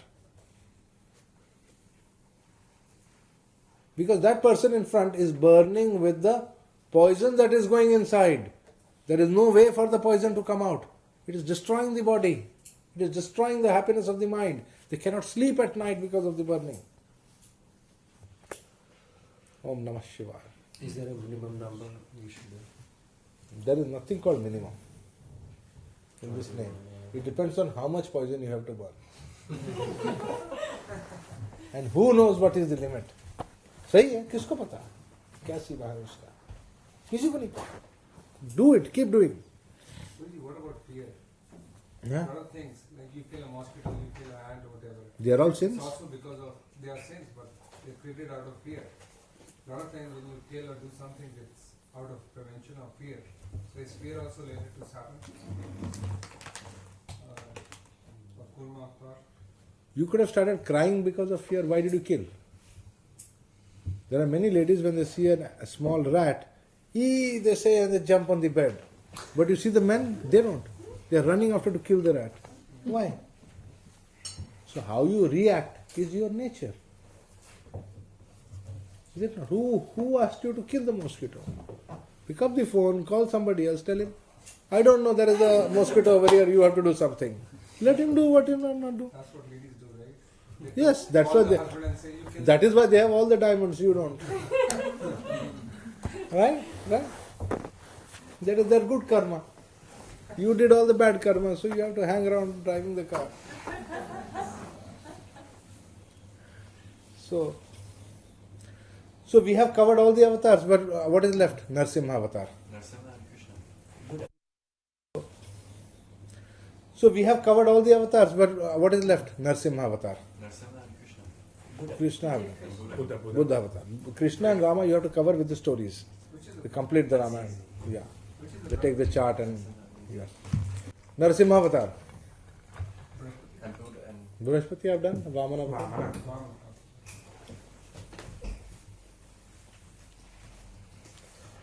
Narasimha. Nara means human being, Simha means lion. Among all the creatures, the most ferocious is the lion. The strongest is the lion. In a battle, nobody can beat a lion. In a straight one-to-one physical battle, the lion cannot be defeated. Even a tiger cannot defeat him. And it is very important to understand the Narasimha avatar from various viewpoints. Various viewpoints are there. Understanding the Narasimha avatar. Okay. There was this Narada Muni. Have you all heard of Narada Muni? Narada Muni was a sage, Narada. And he had this beautiful habit that wherever there was some activity, action going on, he had to somehow land up over there. Okay? And he was so smart, so smart. I mean, I can't imagine how somebody can be so smart. He would always do the most clever thing. And he was the seed of karma of so many. There was this demon king. What's his name? Hiranyakashipu. Yeah, one of those demons, yeah. He had a terrible ego. And he said, there is no Vishnu, there is no Bhagavan. Are you gone mad? I am God. You must worship me as God. Why are you taking the name of God and this and that? I am all important. What is that? Ahankar, the ego. Right? It is ego. We are talking of ego. He had ego problems.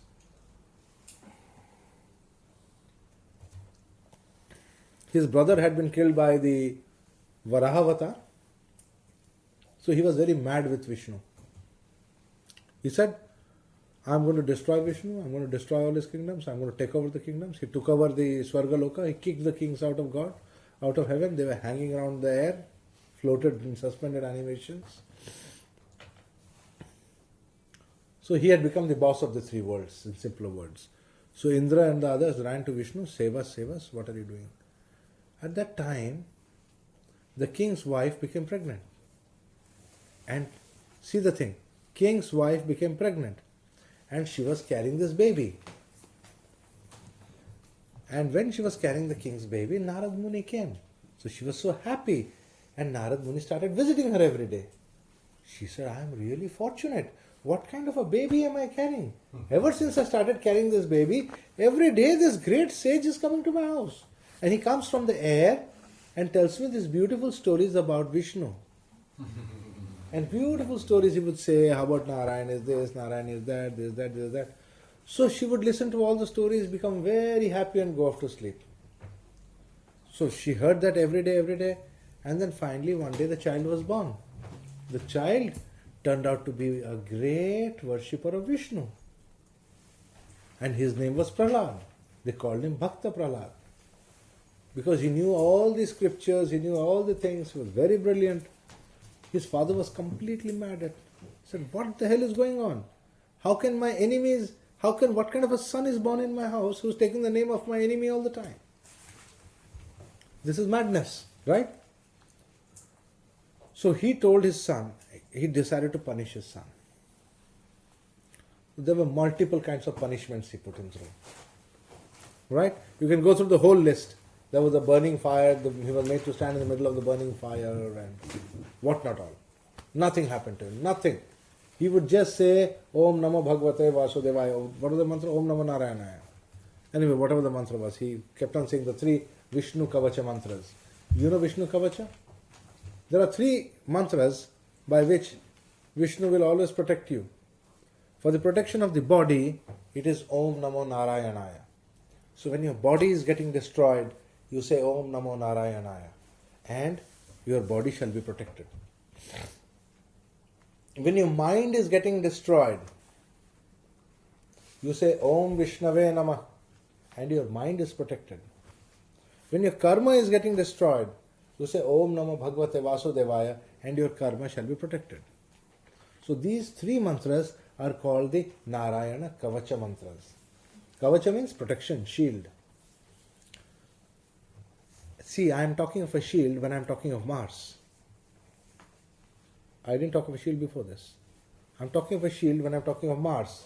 I am talking of protection when I am talking of Mars avatar. Right? We are talking of protection. Mars is all about protection. So, his own father put him on the fire that will burn him to death.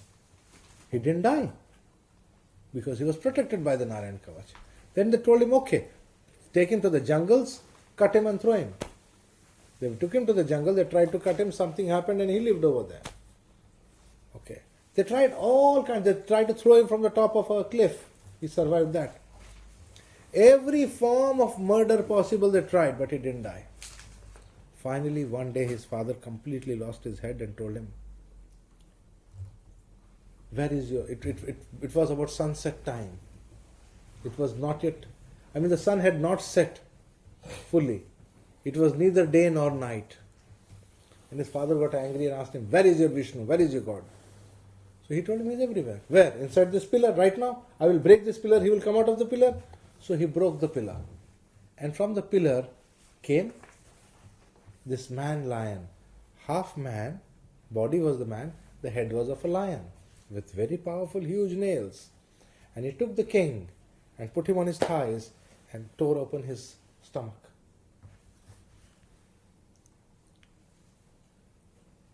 And then, of course, he calmed down when the beautiful mantras were told by Prahlada. So you can see the important message over here. Why was the avatar half man and half lion? We are talking of Mars, right? And I have been talking about protection.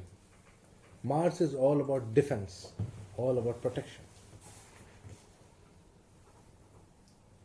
I talked about the Narayan Kavacha when I was talking of Mars just now. It's all about Kavacha means shield for protection. And now I am talking about half man, half lion. What does a half man and half... Can you tell me of any other deity who has got the body of a man and the head of an animal? Ganesha has got it, correct. Ganesha, the great teacher of the Vedas, the great teacher of the Vedas, Ganesha is the great teacher of the Vedas, has half human body and an elephant's head. This is called Ketu's Veda Murti. Veda Murti, or the Murti means form. Veda, knowledge. The body is that of man, showing that the senses are all that of men. The head will indicate the kind of intellectual faculty that is there. In a lion, when the head is that of a lion, the mind is like that of a king, who is so ferocious that he can destroy anybody. Nobody can fight him. No animal can fight the lion. So when it is half man, half lion, that is the form that is worshipped for knowledge of warfare. It is called, what is the name for the knowledge of warfare? Dhanur Veda. Dhanur Veda. Dhanur Veda means the knowledge of warfare, the knowledge of the weapon. Bow. Dhanush is the bow. The weapons. To have knowledge of weapons, you must worship Narasimha. He is the greatest of the warriors. Mars avatar. Where does Ketu come into picture here? Ketu is the Murti. Murti. He is the one who is... See, the form of the one is like a Veda Murti. There is knowledge associated with it. So Ganesha is not coming to the picture over here. I am just taking an equivalent of Ganesha to show how we are not worshipping Mars, but as a body of knowledge. We do not like to worship Mars as Mars. I am not worshipping the god of war. I don't like to worship the god of war. Why should I worship the god of war? Hitler used to worship the god of war. Are you aware of that? Find out. Make a note of it. Make a note of it. There is a particular ritual called the Tula ritual. T-U-L-A, Tula ritual, in which the god of war is worshipped by the Germans. In the German, in those areas they do it. You are aware of it? Is it German gods? Yeah, among German gods. There's a Tula ritual. It's a kind of... We never worship the god of war. We worship the god of peace. We never worship any deity. We do not appreciate. It is not worth... What is worship? Worship is a way of appreciation. Do not appreciate murder. Do not appreciate things. Appreciate good things in life. Worship for good things. What is this worshipping for? If you worship for war, you will get war all the time. See what happened to Hitler. Okay, so even when it comes to Mars, we are not worshipping Mars, but as a teacher of the Vedas. So who are the other teachers of the Vedas? So Narasimha is the teacher of Dhanur Veda. Who are the other teachers? Ganesha. Half. So the 4 Vedas are taught by Hayagriva. First is Gomukha. Gomukha is half human, half cow. The head is of a cow and the body is of a human being. Gomukha. He is the teacher of the Rig Veda. The Rig Veda is taught by the cow head. Okay?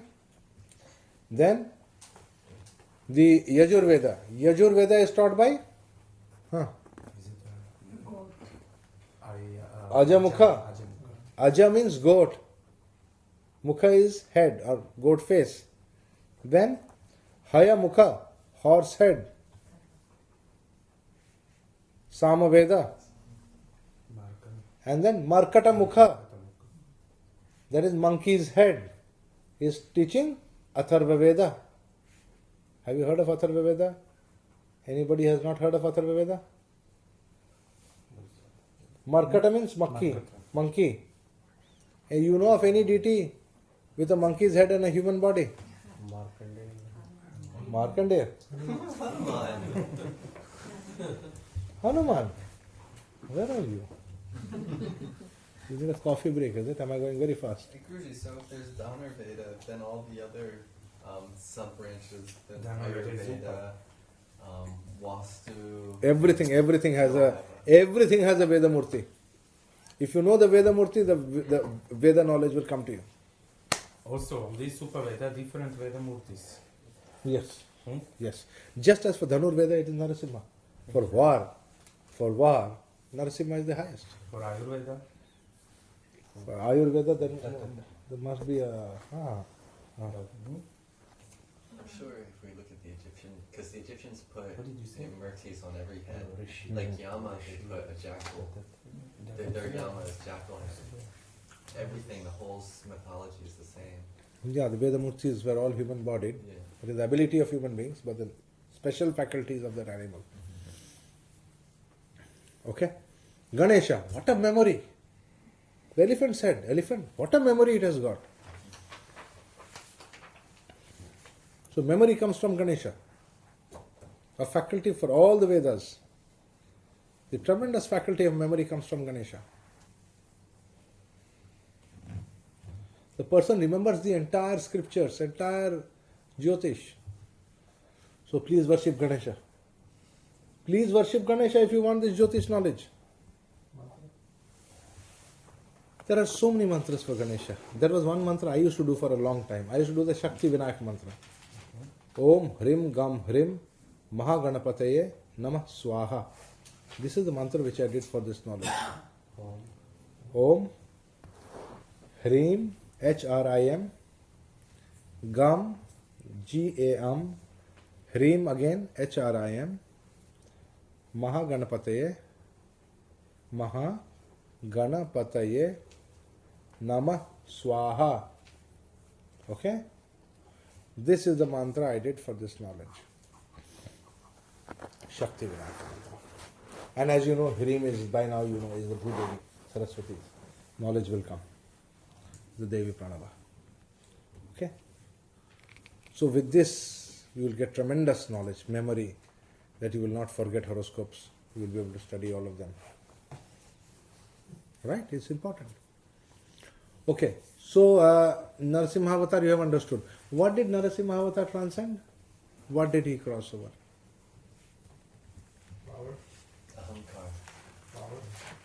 Pardon? Power. Yes, but what did he transcend? What did he show us?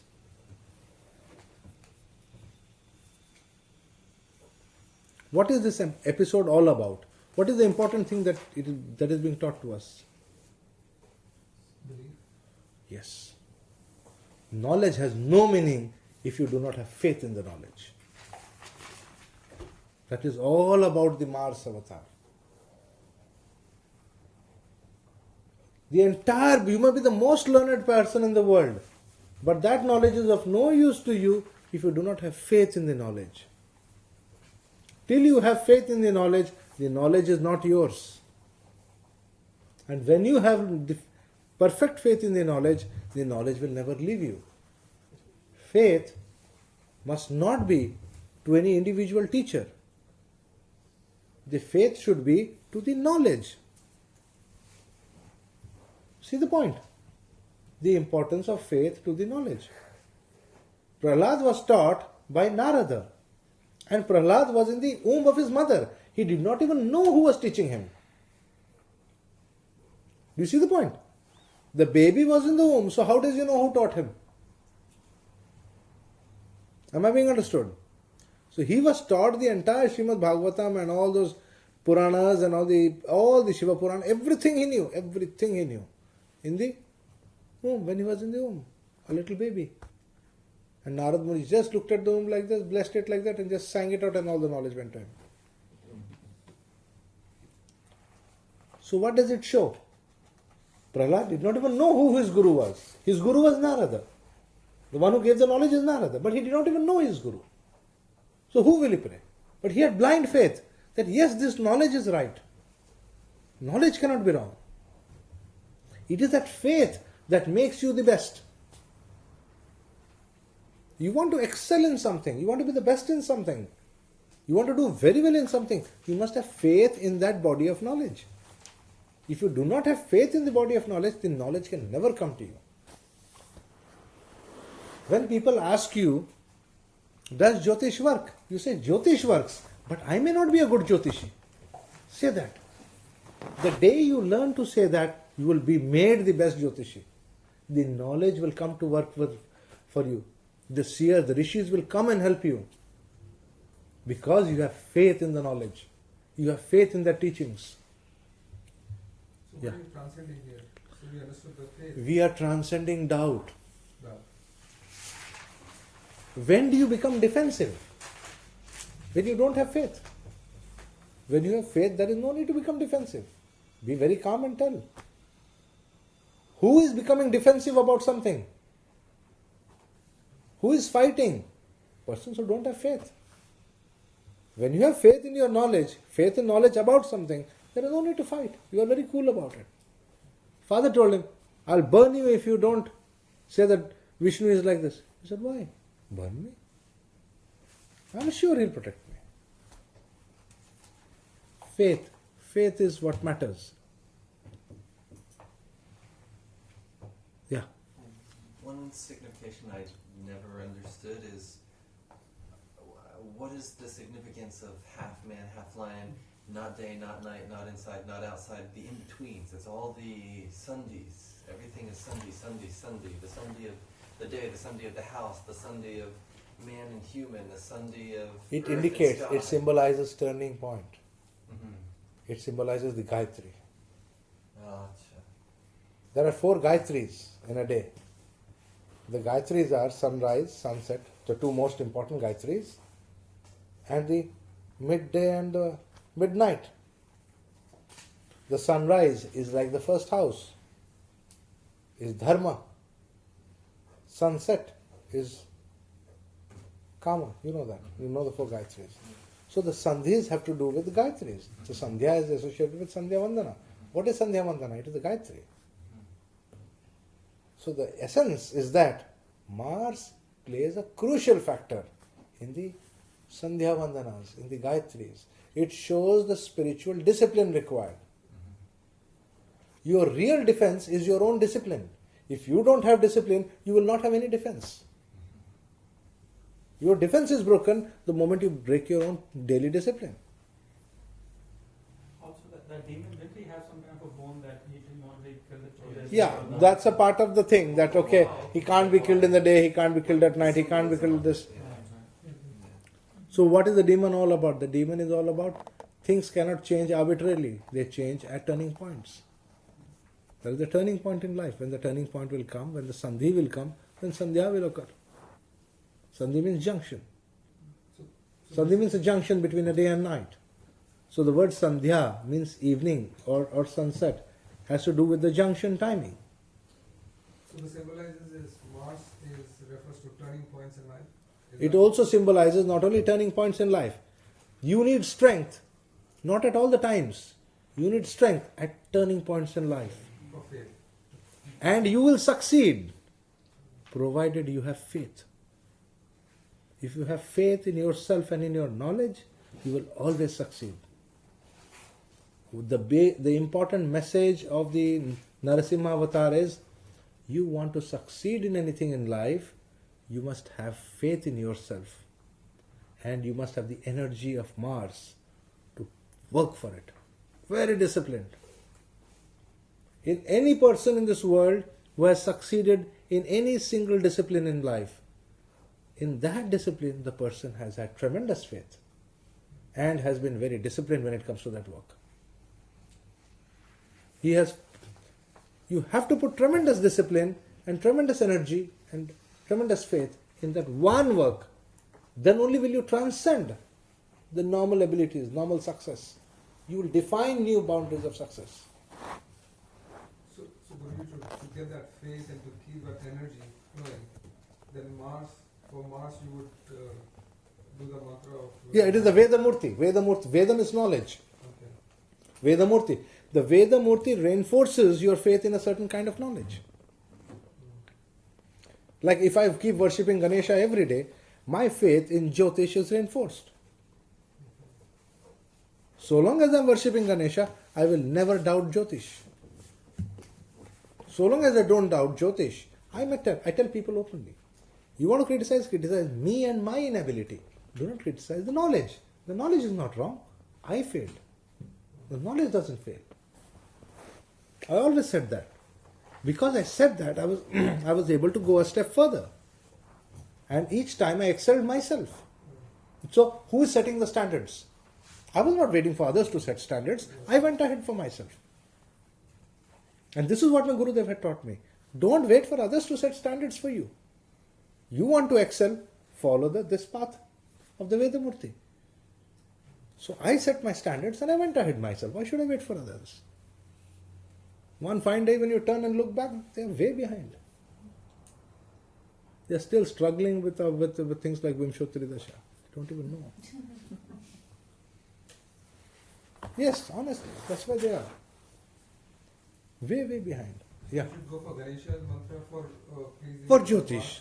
For any Vidya, you must. Vidya. The thing about a subject like Jyotish, you need to have the memory of an elephant. But what about energy and discipline? The Veda Murti will give you. If you have faith, you will get the energy, you will get the discipline. You will get everything from the Veda Murti. The Veda Murti is, Veda means to get the knowledge. Murti means the form. You worship the form, you will have the faith and the energy and the discipline of whatever is required. The abilities that are required are with that Veda Murti. That is why they are in that form, that Veda form. It is an embodiment or a form of the knowledge itself. If you worship Hanuman, the knowledge of Atharva Veda is yours. So have we covered everything? Buddha avatar and non-violence. Buddha avatar is about transcending non-violence. I'll just say it in one word. There is no separate mantra for that. But in our tradition we worship Balabhadra Deva or Balram. The correct mantra for that is actually Om Namo Bhagavate Vasudevaya. Because Buddha is also supposed to be the moon's child. So for example, my Ishta is indicated by Mercury, but I do Om Namo Bhagavate Vasudevaya. The important thing about Buddha avatar is transcending violence. Why? Why do we have to transcend violence? Ahimsa. Buddha avatar is all about ahimsa. Why do we need ahimsa? Anybody wants to comment on that? Well, it's a way of getting out of karma. Correct. There is no end to this karmic cycle. That guy slapped me, so I must slap him. So if I can't slap him in this life, in next life I'll slap him. So I must take birth only because I want to slap him. How foolish I am. How foolish. Something is wrong with me, is it not? So how can I get over that? I can only get over that by taking ahimsa. If I take shelter in non-violence, the question of reacting does not arise. So I transcend the need for a reaction on that. Okay, so we have finished the avatars. Kalki.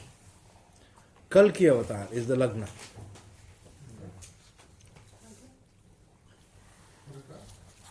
The last, the 10th avatar. So what is this Buddha avatar concerned with which planet? Is it any Mercury, Buddha. Mercury. It's all about non-violence. Vegetarianism, vegan is vegan. No, not vegan. Okay. The Kalki avatar or Lagna. The Kalki avatar has not yet manifested.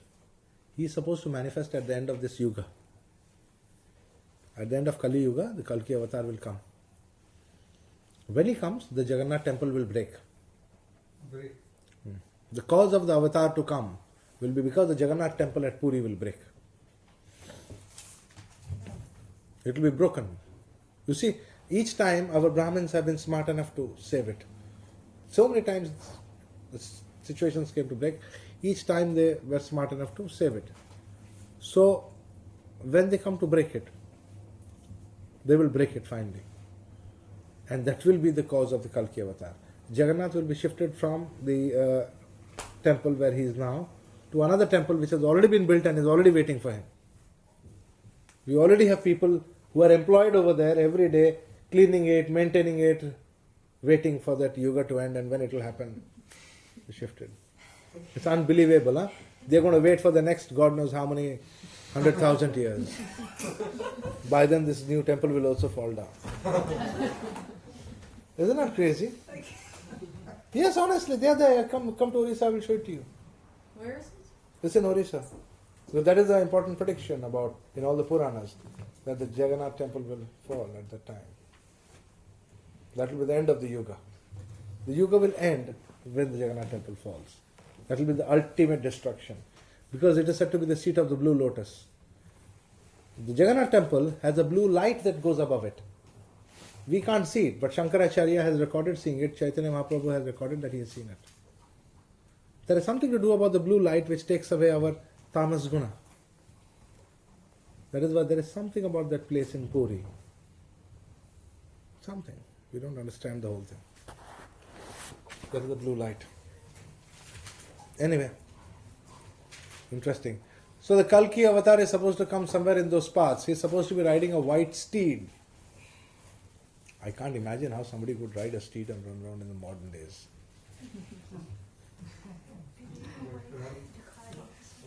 White Mercedes. See, the thing is, we do not know what that white horse is, you know. It could be some kind of a vehicle, which we are not aware of. The description is not very clear as to what he is riding. But he is riding a white steed, there is no time.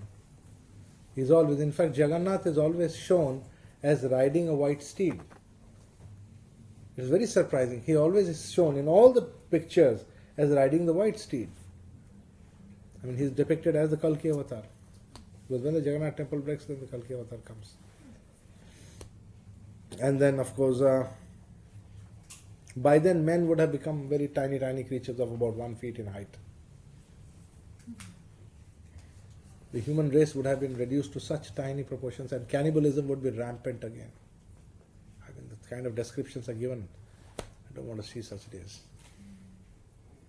Unbelievable, the state to which the human society would have degenerated.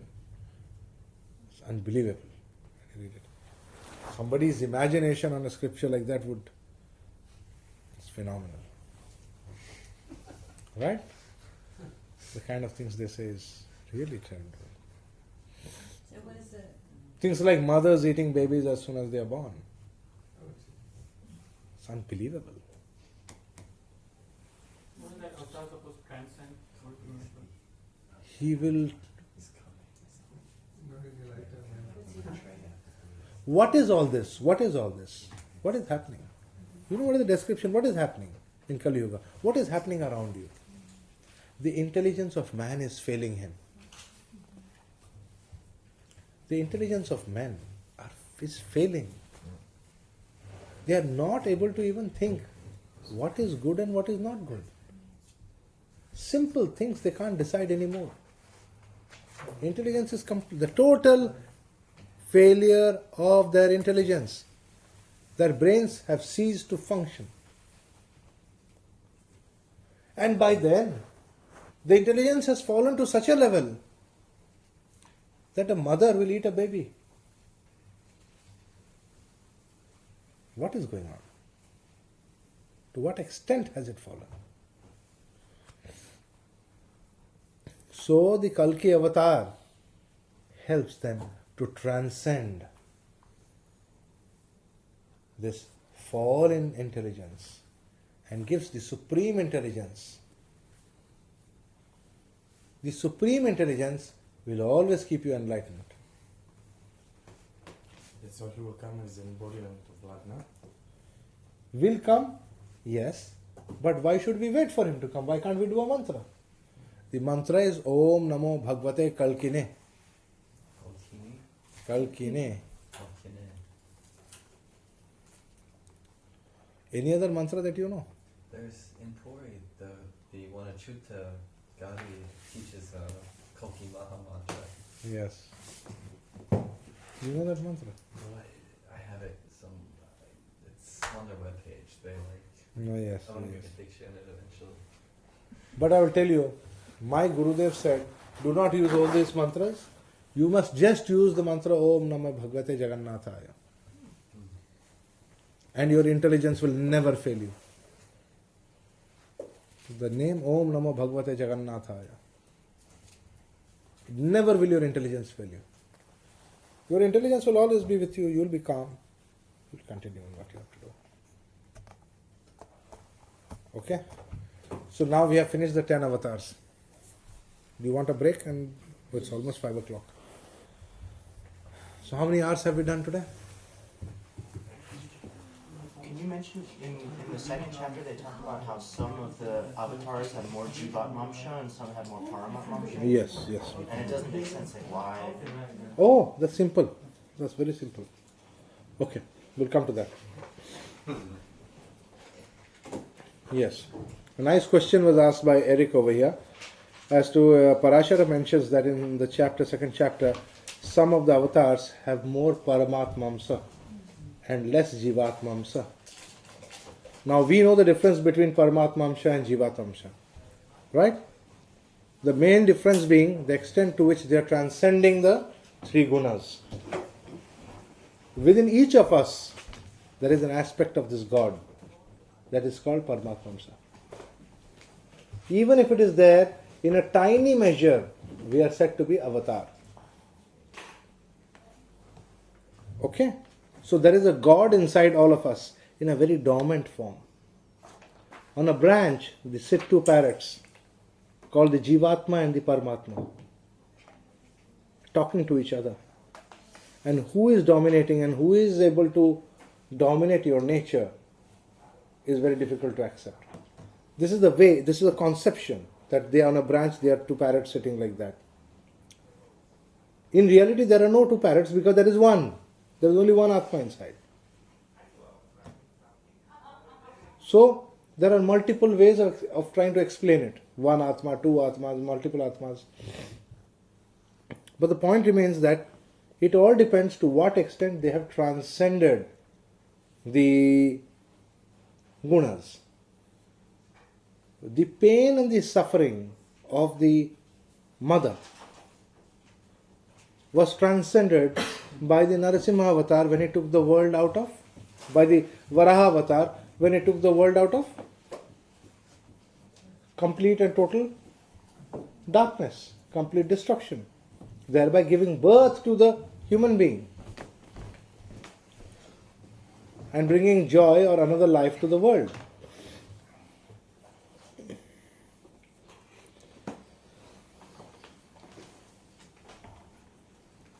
That is the reason why he was not attached.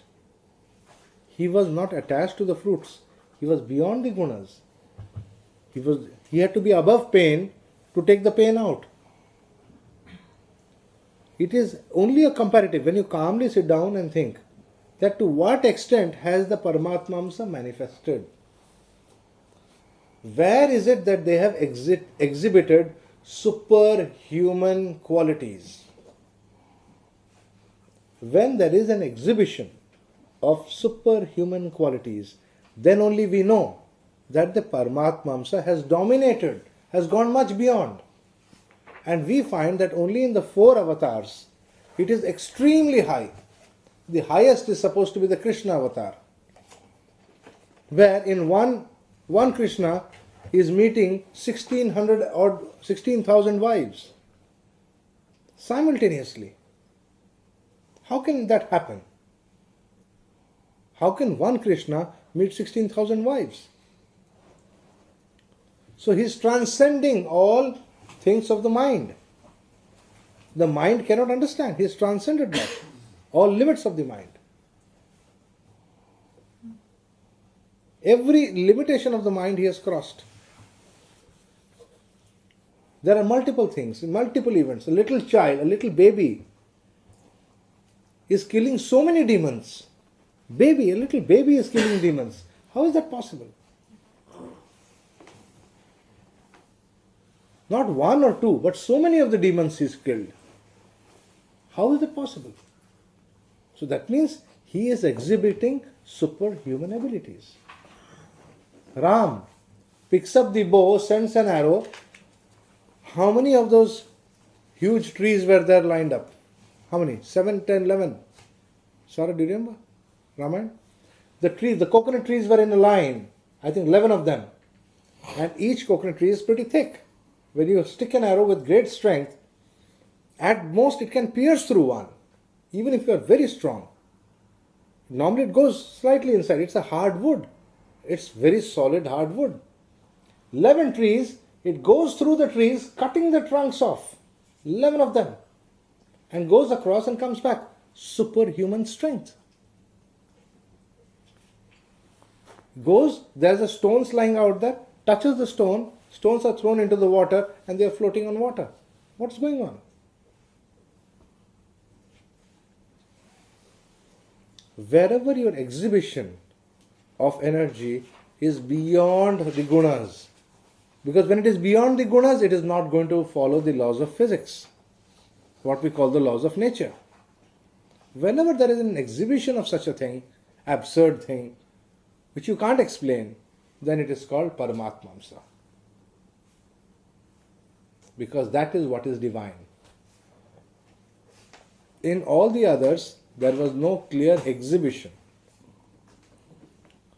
Even in the Vamana avatar, whose feet went and touched the entire universe, nobody could see it. They were standing on earth. How do you see it? Where is the exhibition? You are not seeing it with your eyes. People don't get to see that. So the exhibition is not there, although he has done it. He is an avatar.